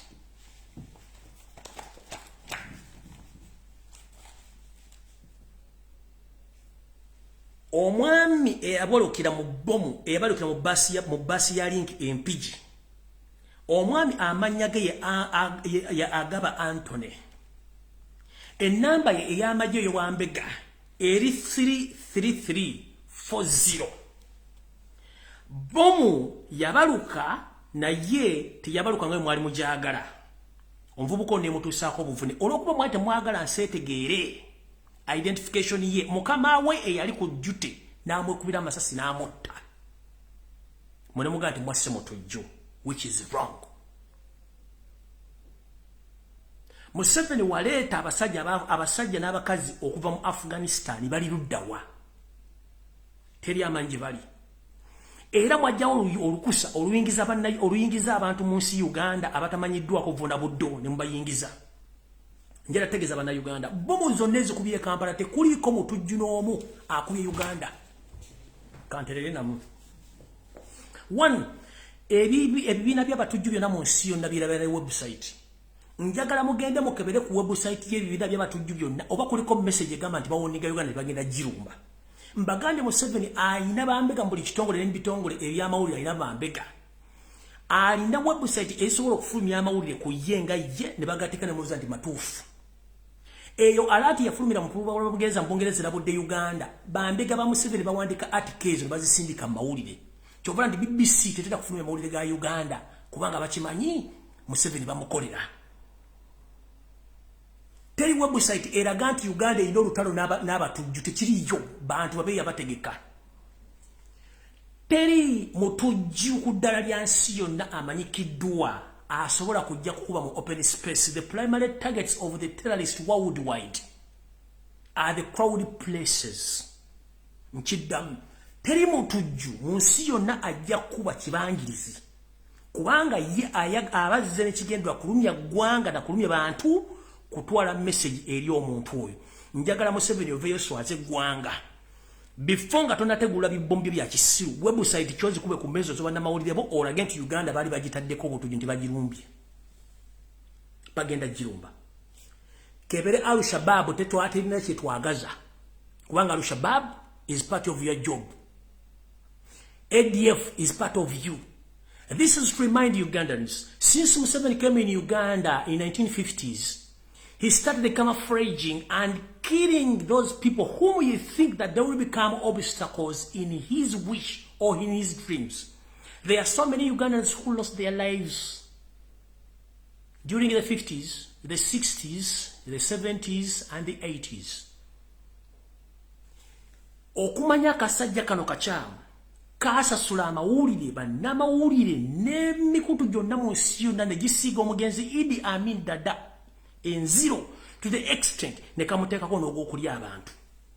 Naye nga ngenda bazzaayo mu myaka gyonna okuva n'okulumba olubiri olw'emmengo Museveni olukwe yalulimu nalubanyumiza bulungi nnyo. Era bamala okukuba olubiri omu kubajja okusupervisinga okulaba omulimu gwe ya mentali nga gwatuuka era gwatuukawo. Museveni y'omu n'agenda ng'ajjawo bantu bonna byali asuubira nti bagezi n'abajjawo. Museveni y'omu n'atuuka okuba nti ye yali mu lukwe era lwajjawo Obote bonna balutwa. Kati mukulu Okelo lyemu wanjogerako ebigambo bingi nnyo, but this is to remind you. Abamu ku baali mu lukwe olwakunkumula kitaawo omukono mu kibiina okumutuusa okufa yali Yosef Tabasiba mutano wa kale Kizigwo serving essaawa zino. This is to remind you. Kyenvudde nkugamba sigenda kuvuma kubanga tomanyi. Robert Kyagulanyi Ssentamu yatugamba nti atamanyi titamanyi abeera muyizi mu muyigirize. Okereremu batomanyi. Nkimanyi bulungi nnyo nti kitaawo yakulekera history nti Tito Okelo Lutwa yali amanyi Museveni ebitundu 99 ku buli 10 nti si Munnayuganda. Ne mu meeting eyali Nairobi yali eteese emirimu bamukubaga Museveni lwaki togenda lwali wamu e Rwanda so si Uganda n'abatereka n'abatta. Kati muganda wange Okelo, this is to remind you. The man who was behind the overthrow of your daddy's government is Yoweri Museveni Kaguta Lutabayisirwa nsanga bisibe nsi ya leta. Because this man feared to be exposed, he knew that Okelo left some children behind, including you, and you knew the information about Museveni that he's not a true Ugandan. So Museveni decided to employ you so that he can silence you. You are serving the devil, and at the end of the day, you will become a devil too. Mr. Okelo Lyemu, grow up. We are all Ugandans. We are led by the foreigners. For 36 years, Uganda is behind. You are a minister. You can travel anywhere you feel like. Please, I request you very kindly. Get your passport, move around East African countries. You will witness exactly what I'm telling you, that we are still behind due to the fact that the devil you are serving, he is not a Ugandan. That's why he's not developing the nation. He's just developing other countries of his own interest. So stop being used and stop fooling Ugandans. This is to remind you. Ngenze maaso.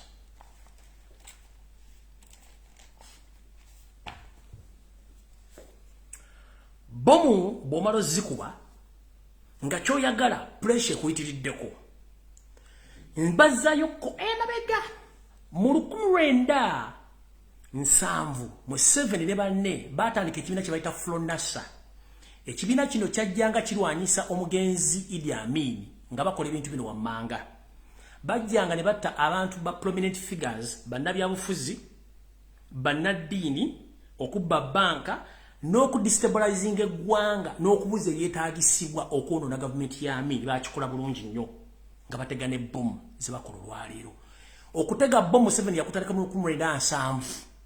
okutigumbula banna Uganda mu ngeri ey'okwekweka bakutandika mu 1986 nakati okwefuula nti abantu baloza musimusi kubanga yatta n'awamba n'omulambo n'aguziika kubanga abayagala babuzaabuza yatandika okutega bomu nga wafronasa mu 1907 kubanga teyafugikwa kamini wadde wich n'agenda e Tanzania. Museveni mu 1998 n'akozesa ekibiina kya National Resistance Army ekyabayeekera ne batandika okutega bomu n'okudestabilizinga gavumenti ezaaliko n'okutta bannayuganda mu bitundu bya Luweero nakati bakyatta era nga bateganga bomu n'okubba banka nakati bakyakikola.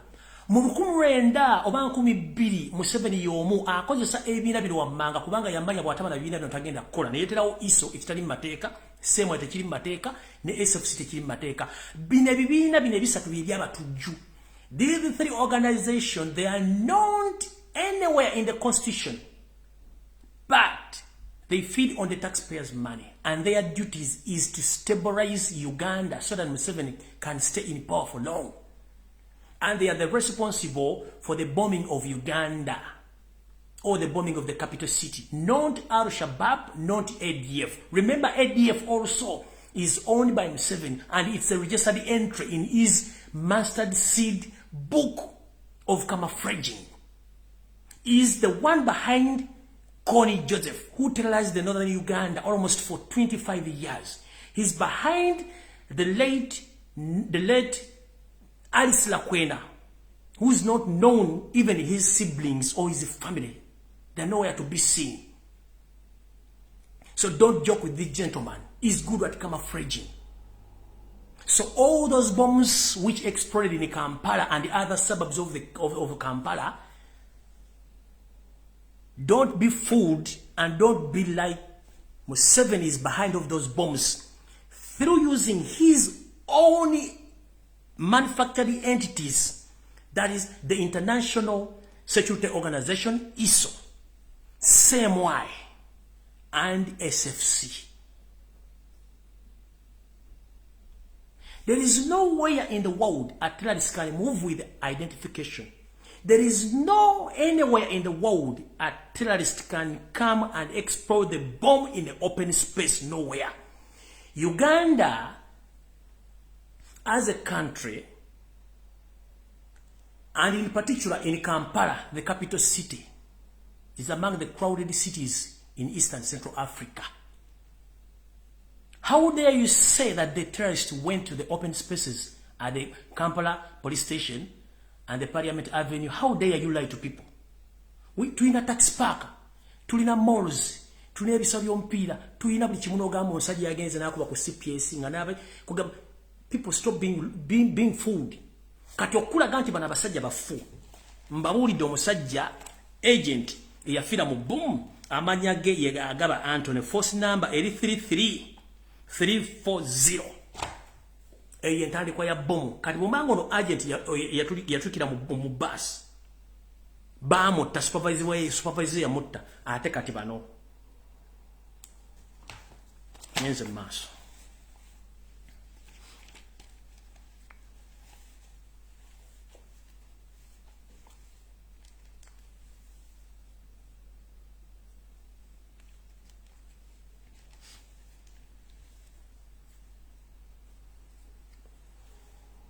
Okwongeza ku information ginabawadde ey'oku blackmailing and nope.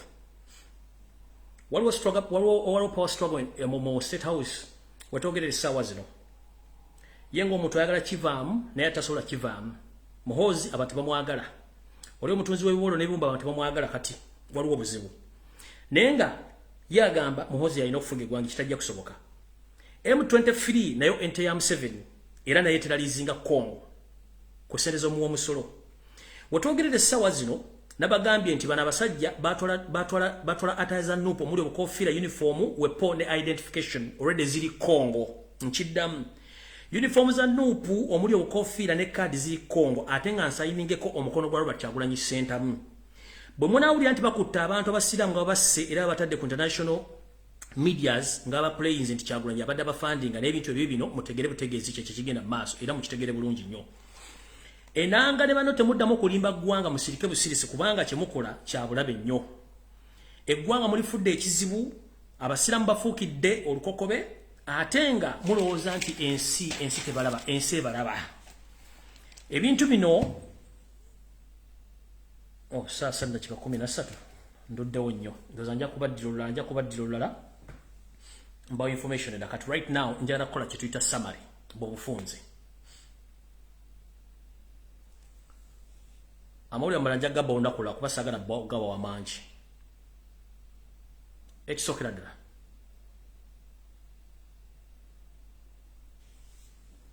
njala kusaba n'obuwombeefu bannayuganda mwenna gye muli mu diaspora. Mulowooze nnyo ku nsi yammwe okulowooza ensimbi. Ensimbi tezirina kye zigenda tuyamba. Mulowooze nnyo ku baana bammwe bagenda okuddawo. Mulowooze nnyo nga tonnalya mu munno olukwe, lowooza nnyo. Singa ensi ezikulaakulanye gy'oli zaali zikola ebikolwa bye mukola, zandibadde bwe ziri. Ekyo ekisooka. Ekyokubiri, mulowooze nnyo ku bantu abatufuga nti si bannayuganda. Otuuka otya okunoonya n'okola olukunoonya Lumbuye bamutte naye ng'omusajja akuwadde order si munnayuganda.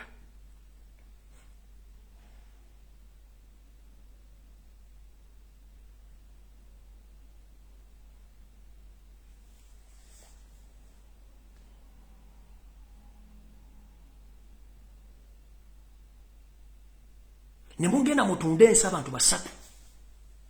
Mwagenda China ng'ensi eraba. Parliament mugitegeezezza. Museveni wayiika Windows. N'ogenda China osayininga endagaano nga Parliament temanyi. Tomanyi lu China. This is to remind you. Mujjukire mbazzayo katono flashback. China ng'etandikiriza okwagala okutumaamiramu amagi.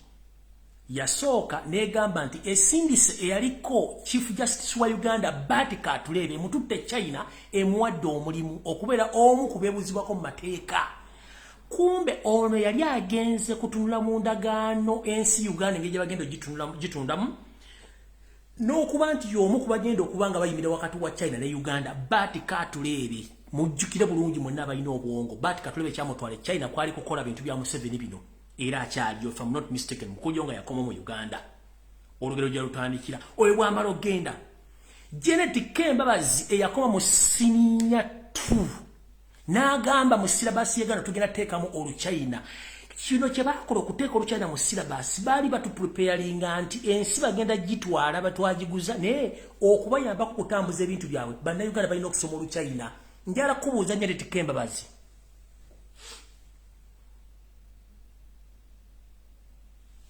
Nsi ki gye walola byeko ng'esomesa olulimi olugwira mu national syllabus y'ensi eyo nga temwalina kigendera nti ensi mwagiwaayo? You knew exactly what you were doing. At first you sent the former Chief Justice Bati Katulebe to China to finalize all the agreements between Uganda and China to sell off our properties. Nobody knew about that. That gentleman who was employed by the China government on behalf of Museveni as a blocker to sell that our nation. From there and then, your wife, Janet Kembabazi, she came out publicly, she told the Uganda National Education Examination Board that the Chinese language must be put in the syllabus, or must be taught in all levels in Uganda education system. Why? From then, you chased away all Ugandan fishermen on Lake Victoria and other rivers in Uganda to pave a way for all Chinese to start fishing in specific areas. Nobody knew about that. You went on, you made agreements. Which agreement? 3 of you, Museveni, nothing he knows about the Chinese language. Sam Kutesa, the chief mafia, he knows nothing about the Chinese language.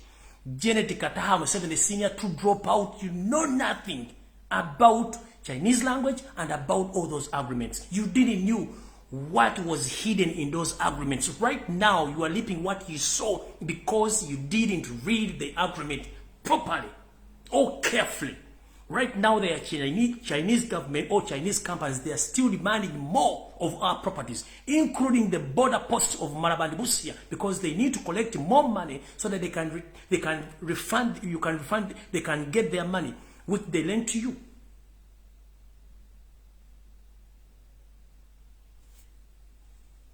To prove you that Museveni, you a good liar and a good camouflager, you went on telling the Chinese embassy and the Chinese government to write a document which clarifies that they are not the one in control of Entebbe International Airport. And you published that document on national medias in Uganda. It was a big lie. Entebbe Airport was sold off or was taken by the Chinese in the disguise of pretend that we don't know. We know. Kayunga soon is going. Maraba Post is going. Busia Post is going, and other parts or other financial sectors are still going to be handed to the Chinese government. That's the reason. That's the reason as why your wife told the Minister of Education that all Ugandans must study the Chinese language, because you knew that as time goes on, the Chinese, they will take over the country. But if we can ask,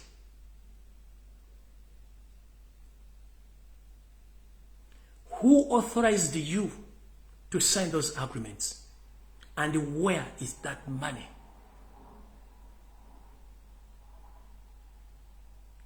Njala kubuuza Matayo Kasaija oba Matia Kashaija ajja mu parliament onali kusindika ebinnyo. Mbu economy ya Uganda eri stable nga bw'ojja oyogera. Nga n'essente zisasula abakozi ba gavumenti eziriiwo. Njagala ombuulire lunaku ki parliament lwe yateesa n'authorizing ogenda okujja ssente China lunaku ki? In the courts of justice, twalonda Robert Kyagulanyi Ssentamu ng'omukulembeze w'eggwanga, results ezaava mu bulu tuzirina. Mmwe abaasayininga endagaano ezo mwazisayininga mu bukyamu kubanga temuli bakulembeze balonde. So endagaano ezo mwazisayininga mu bukyamu, ssente mujja zisasulanga mmwe kenyini. Era mmwe Abachina, this is to inform the Chinese government, please. You made a mistake to lend Museveni money as an individual because we had election at the beginning of this year. We Ugandans elected Robert Kyagulanyi Ssentamu as our next president. So whatever agreement you agreed between you and Museveni is narrow and void. We have all the results of the previous election that Robert Kyagulanyi Ssentamu is the president of Uganda. If you have those documents without any sign of Robert Kyagulanyi Ssentamu on those loans, mani yani miye kubanga tujja genda mu koti tubuuze akakiko by'okulonda lye wangu na Robert Kyagulanyi Ssentamu Museveni ya signing ngani, sente zatwala zitwala ngani. Nchiddamu, the Chinese government, you made the mistake. We are not going to pay that money. And we are not willing to pay. Because you made a mistake. You agreed with the mafia, a foreigner, a refugee. But you made a mistake. And it might be that you made a loss. We are Ugandans. We are tired of being led by the foreigners who don't care about our country. They care about themselves. You made a mistake of giving Museveni the money because he's not the eligible president of the Republic of Uganda. The eligible president of Uganda is Robert Kyagulanyi Ssentamu. It is on record. We shall go to the courts of law after the fall of that government and we will answer the questions. The end of the day, each and every loan you gave or you lent to Museveni as a person, you regret the day you signed those agreements. For us, we are not accepting that fully.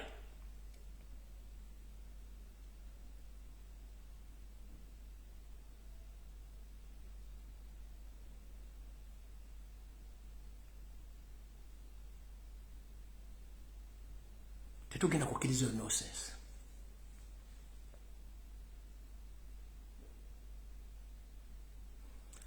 Ngamaliza.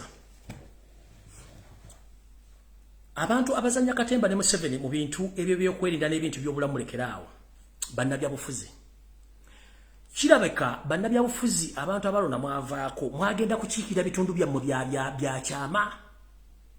Bameba parliament abali mu Uganda enamba esinga obungi mwagenda kukiikira bitundu byammwe bya byama so si balonzi bammwe.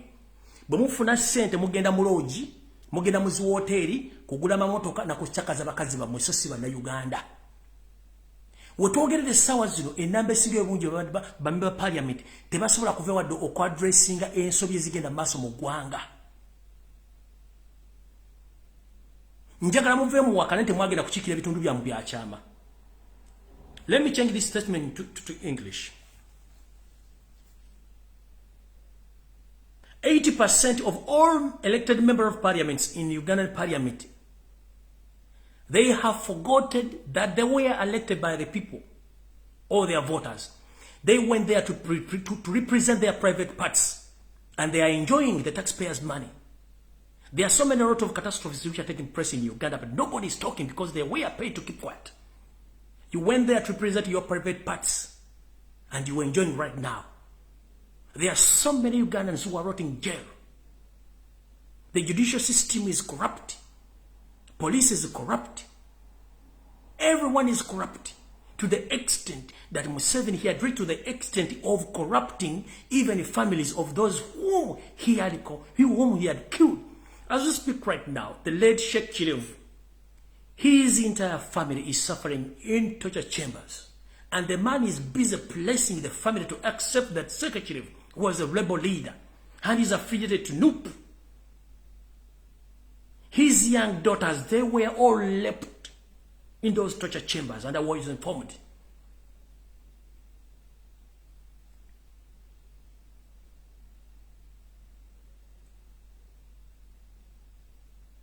Madame Anita Among, the deputy speaker of the Parliament of the Republic of Uganda. Madame, I request you kindly, please. We've seen a lot of people playing more dangerous games than you. Madame, I'm going to start investigating the history about you. And all the data games you are dealing with. I know you are among the side dishes of your city, of caricatures. That's why you talk. That's why you don't care. That's why you move like a queen. Madam, let me tell you one thing. Talking like a queen because Museveni slept with you, it won't spare you. Remember, Museveni uses you. At the end of the day, he dumps you.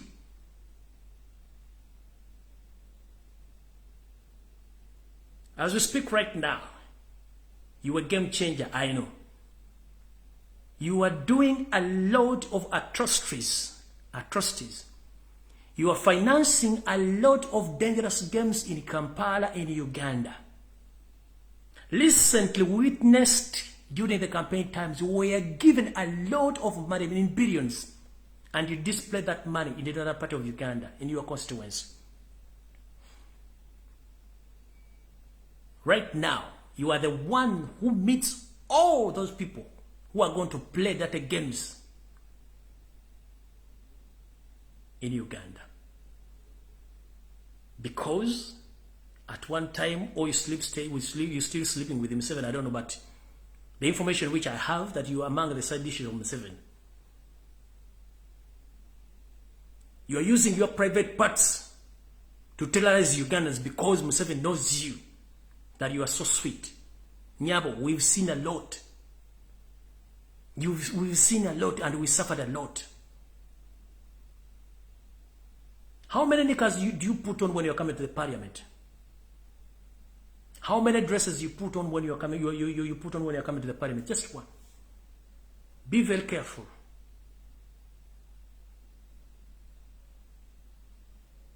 Be very careful, Madame Anita Among, the Deputy Speaker.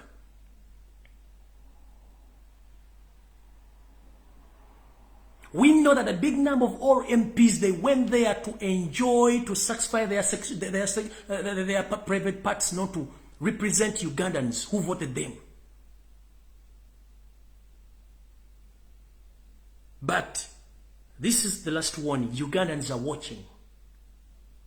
And this message is dedicated to all NUP MPs who were bribed to keep quiet. Voters are watching.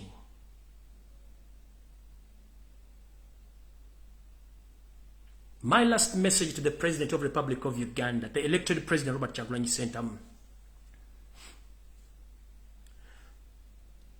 Mr. President, with due respect, you've witnessed a lot of catastrophe in the National Unity Platform.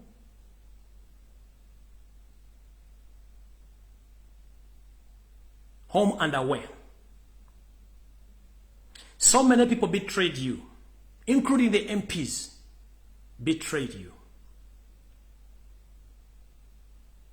I beg you kindly that please, with immediate effect, you need to act according to what I'm witnessing. You need to make a reshuffle to the leadership of the National Unity Platform, from the top up to the bottom. You need to make a reshuffle from the diaspora leadership. And before you make that reshuffle, please intervene in all wrangles, or in misagreement amongst the leaders in diaspora. It destroys our party.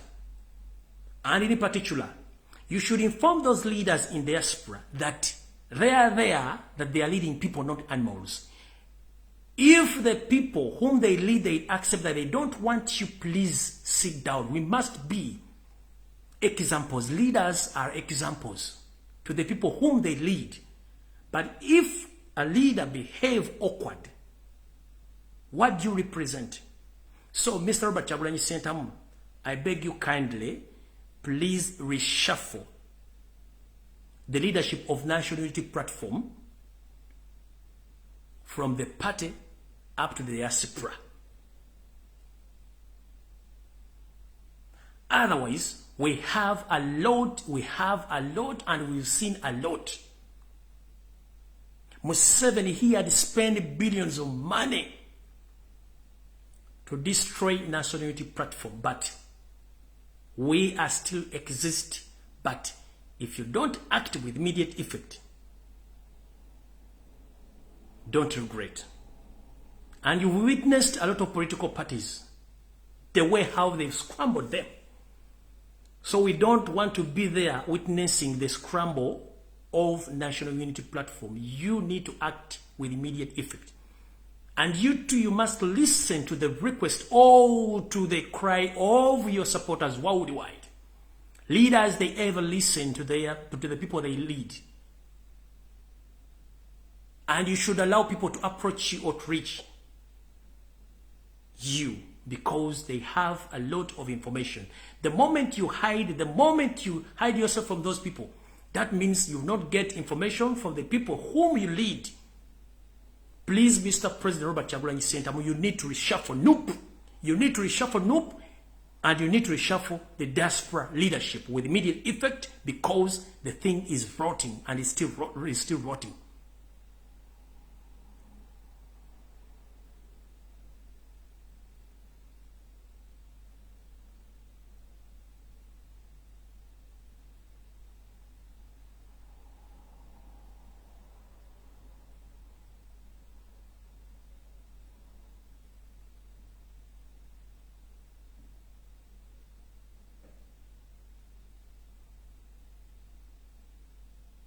Tulina mbeba parliament abawera 50.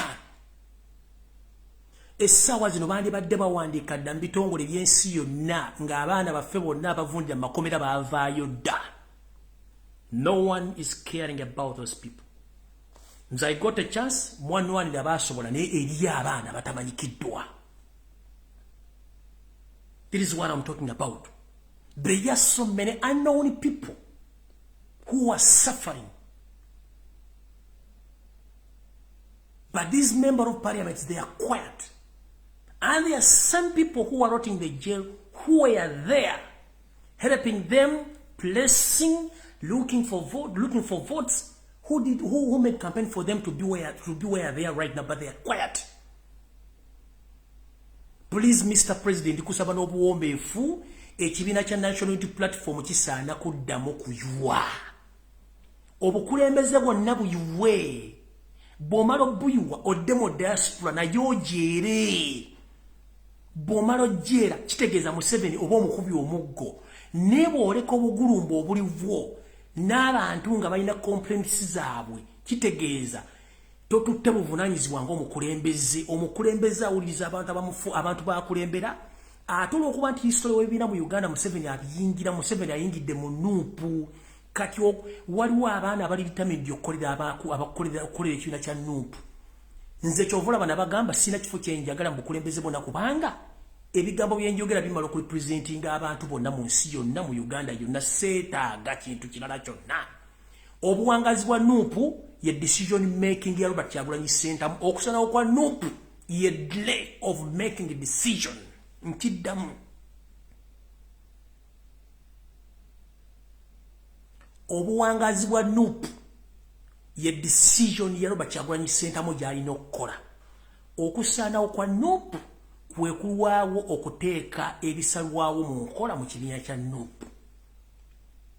Linda Kigweyo afumita mukira ataalo kutambulira kusibira y'amenvu. Saagala tudde mu ssenga vanga vuddemu ebyokulabirako bingi. Ekibiina byonna ebibaddewo byonna bifa kintu kyekimu ti Museveni yabiyingira mukati ngaffe abaliwo basobola okugenda tukubuulira amazima gakaawa ekibiina ddamu okiwe olonde obukulembeze obujja abantu bagenda kufuna ebibasiza n'okutegeera ki ekigenda maaso. Right now, we don't know where we are heading because all the MPs, they betrayed us. They betrayed the voters. They are there in parliament enjoying. Satisfy their their private parts. They are there satisfying their sexual or their private parts. They don't care about the voters. They don't care.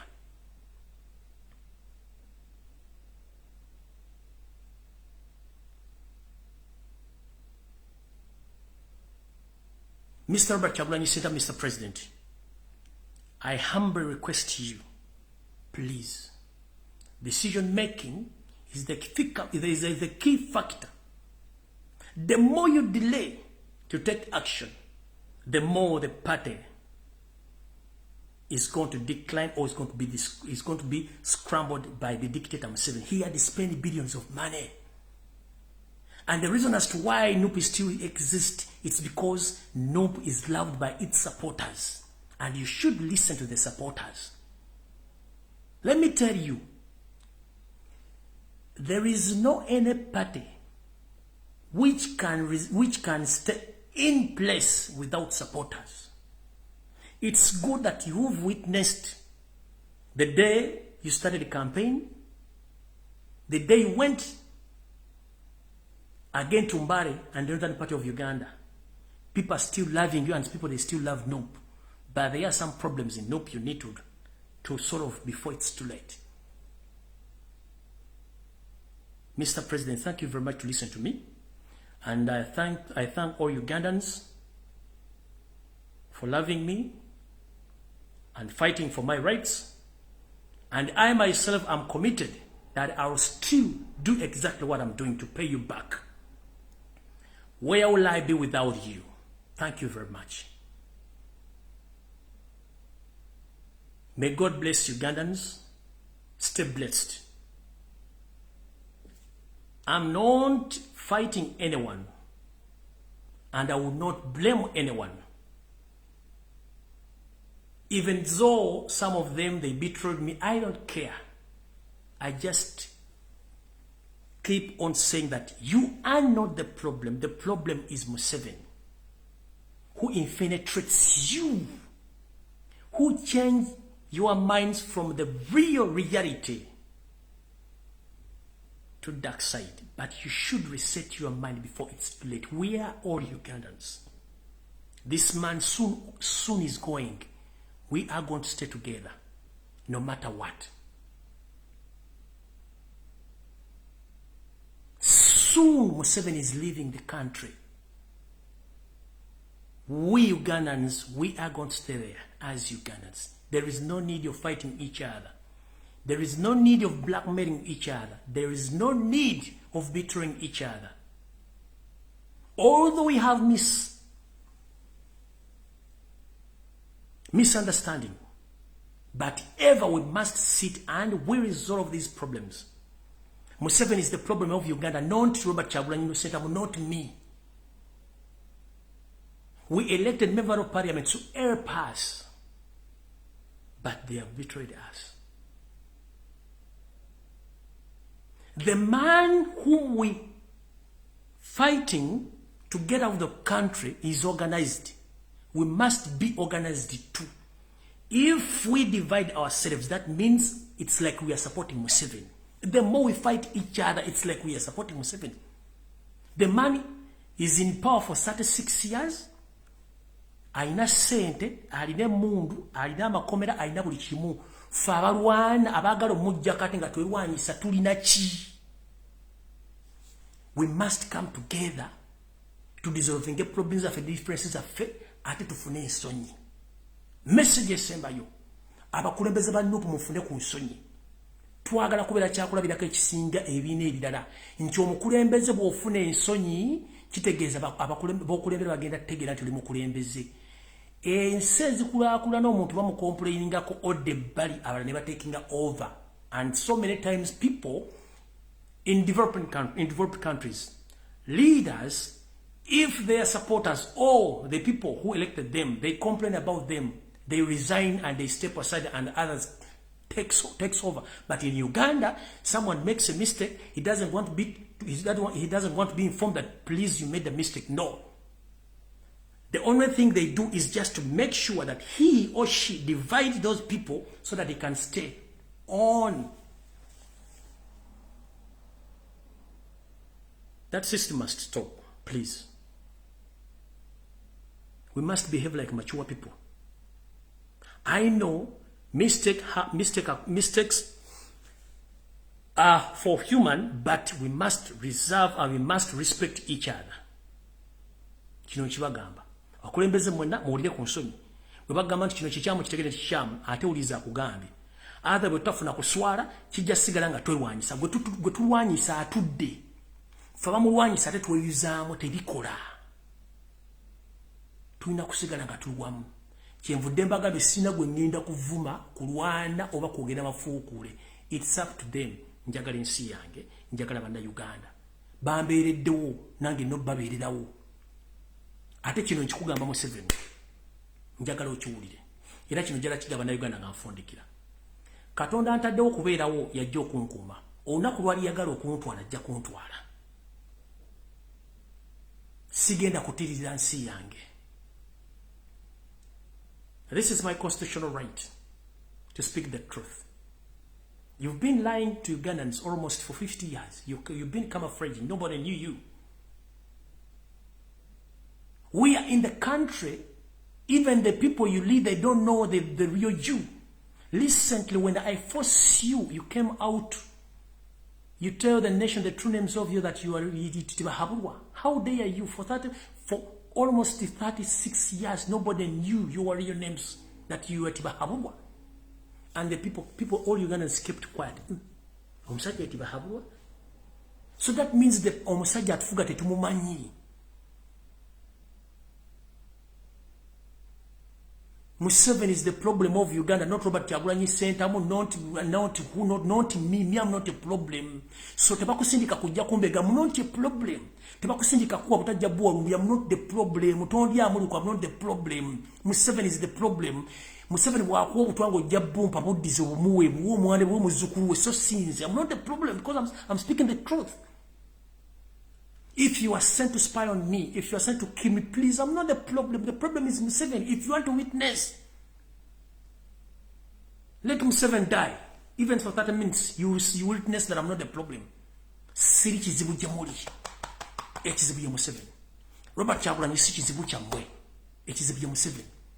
tebakuwa butwa tebakuwa sente bojobegera ombuyo simayo muliemu olukumala biseera wabana mawuli abali mu Uganda bali ku TV ekintu kyokola bakuwadde emitwalo 10 emitwalo 3 miliyoni ojovumera ombuyo omwono nerinnya kubanga oyagala kuyisawo kintu kya Museveni oli bwate bwakola kwekuto okulya ejjo kwesubya omuwula ebintu bingi ebijja maaso nze semanyi namwe temumanyi who knew me tiwali yali amanyi kati bwe nva mbatu nendya sente za Museveni bankoze ekive satizigo sijja ziri atasiriziya ebigambo byogeddwa bingi n'eri kigambo tekikutula gumba mu keep on talking nja kujjamba bulira amazima gwe TV presenter munnamawulire gwe munnabyabufuzi omusirikale wa poliisi mbega oba sindika otte Lumbuye otte Kyagulanyi okole kyonna the end of the day olina abaana bagenda kuzaala baana bannaabwe oli bagamba kintu enseesaanawo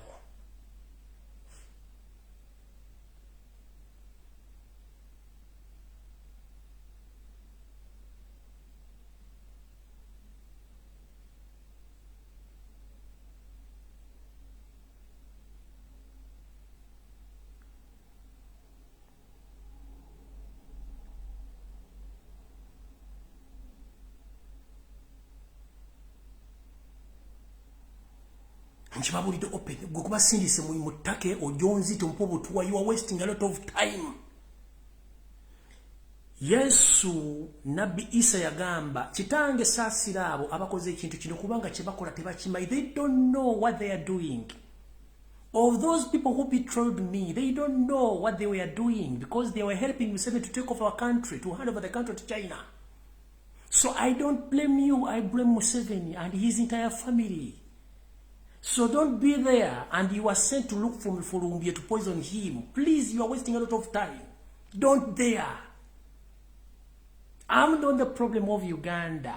It's Museveni the problem of Uganda, not me. I'm just a mere speaker. If the information I'm giving is wrong, why is it that the government is looking for me? Why is it that day I was arrested, everyone jubilated in the government, but at the end of the day, they didn't get me, they didn't get me. And this is to inform Yoseri Tiba Habura Utabaiswa, the son of Karekezi. If true that I committed some crimes, as he said that I committed 15 cases,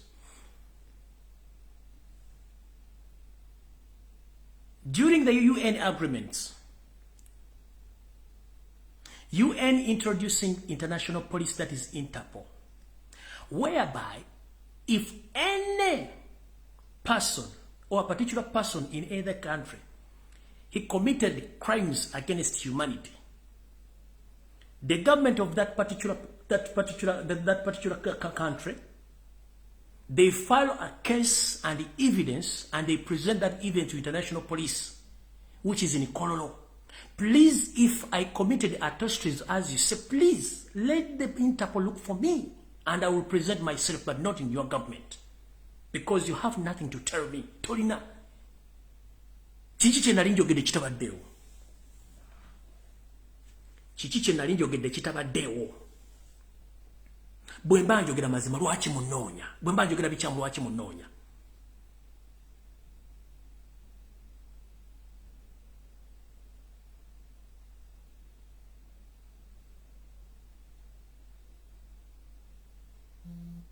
Bwe mba njogera mazima lwaki munoonya.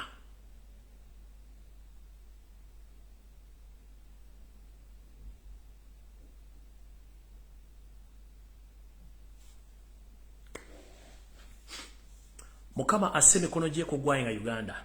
Mukama aseme kono gye kuba na Uganda mwenna bali mu diaspora. Mukama aseme kono gye kubaana abato abali mu Uganda. Abayita muzibu batandi balete bayita mu sawa zino. Tusaba Mukama otukuumire abantu baffe abomugaso. Muno we muli bannaddiini. Muno we muli abakulembeze. Ku ntikko ya byonna otukuumire maaso moogi Ssaabasajja Kabaka Ronald Muwenda Mutebi w'okubiri. Otukumira Robert Kyagulanyi Ssentamu, otukumira abannaddiini bonna ne bannayuganda bonna abaagala enkyukakyuka. Era Mukama nkusaba otuyamba oggula obwongo bannayuganda abakyebase nga balowoleza mu busente obutono okuli ejja okwesubya muula. Mukama asaba ozuukuse bannayuganda bonna gye bali bajjukire nti okubonaabonako abaana ba Isirayiri kwabalaga ebintu bingi y'ensonga lwaki bagaziya eggwanga lye balirwanirira. Teri nsi eteekaluka ku Isirayiri ne succeedinga. Bwekityo bannayuganda buli omu waali nkusaba oggula amaaso go. Lumbuye si kizibu. Lumbuye mwogezi nga Musa bwe yali ayogerera abaki abaana ba Isirayiri n'abajja mu Egypti n'abasomosa omugga n'abatuusa mu nsi yaabwe ensuubize. Bw'atyo Kyagulanyi n'abantu abamu basobola okuvayo okwogera gwe mulimu gwe bakola. Tetulina kizibu. Mukama nkusaba otwala obuvunaanyizibwa okuba buli mwana wa Uganda akyalimu empeka emera omuwa obuvumu n'obuvunaanyizibwa okwogera ddembe lyabwe bange eryatulwa mu ssemateeka okutiisibwatiisibwa okukuba kulaga sayini eziraga nti abatutiisa bakola bikyamu. Bw'oba okola ekituufu ki ekikutiisatiisiza omuntu, bw'oba okola ekikyamu lwakyotta omuntu. Constitution egamba nti kooti y'essemateeka yeyina okusalirawo omuntu okufa so si ggwe muntu agamba nti gundi afe. N'olw'ensonga ebikolwa by'okutta abasiraamu mu ggwanga bikome. Basajja ba Katonda baddu ba Allah tebalina kizibu olw'okuba nti bo batwala obuvunaanyizibwa okubuulira amazima n'okwogera ekituufu y'ensonga lwaki bafa. Mukama tukusaba otuyambe nga bwe wajja abaana ba Isirayiri e Egypt n'obasomesa n'obatuusa mu nsi ensuubize. Tuyambe bannayuganda baggule amaaso bategere nti tuli ku kizibu kye kimu. Abayisirayiri kye bali mu Egypt kye tulimu. Watuleetera sitaani ku nsi kuno ali mu ggwanga erya Uganda alina n'abazzukulu omuli n'abaana bamuhoozi muhoozi omuli sitaani era gwambuuza nti sitaani yaleka abaana ku nsi sitaani yazaala omwana gwe bayita Yosefu Tabasira mutabani wa Kalekezi Nsanga Bisibe n'omwana nazzukuza Muhoozi Kanyerugaba nazzukuza Natasha nazzukuza Diana buli kimu n'akikola kati sitaani ali ku nsi atumala. Omukama tuyambe nga bwe wayita mu kiro ng'ogenda okusomosa abaana ba Isirayiri n'olagira abaana b'obulenzi bonna mu ggwanga erya Egypt okubanga tebaazukako olunaku. Tuyambe Mukama mu kintu kye kimu ensekere ku makyanga family ya mutabani wa sitaani Yosefu Tabasira mutabani wa Kalekezi yonna ezikiridde kubanga kino kikolimo eri eggwanga lya Uganda, kino kikolimo eri eggwanga eri Ssemazinga wa Africa, kino kikolimo eri obulamu bw'abantu bwewateeka ku nsi. Mukama nga bw'ogamba nti bw'owa omuntu obuyinza tomukkiriza, bw'owa omuntu obulamu tomukkiriza muntu yina okuggyako ggwe. Naye tuyambe sitaani gwe watulekera ku nsi omututwalire kubanga bannayuganda baagala ensi yaabwe. Ku lwa Katonda n'ensi yange Mukama bankumi atakuumira mpeera sina kinyiza basasula okuggyako basabira n'okwesabira. Byonna mbisabe nga mpita mu Yesu Kristo wange ndalabula emirembe. Mukama bankumi tusinkane ku Sande mu bimuli Mbulange Mengo. Nkiddamu tusinkane ku Sande mu bimuli Mbulange Mengo. Naye nga nfundikira tulwengawo okutwala ebigambo by'abantu byeboogera ate tulwengawo okusalira mu busungu. Twetegerezenga nnyo ebigambo bye twogera.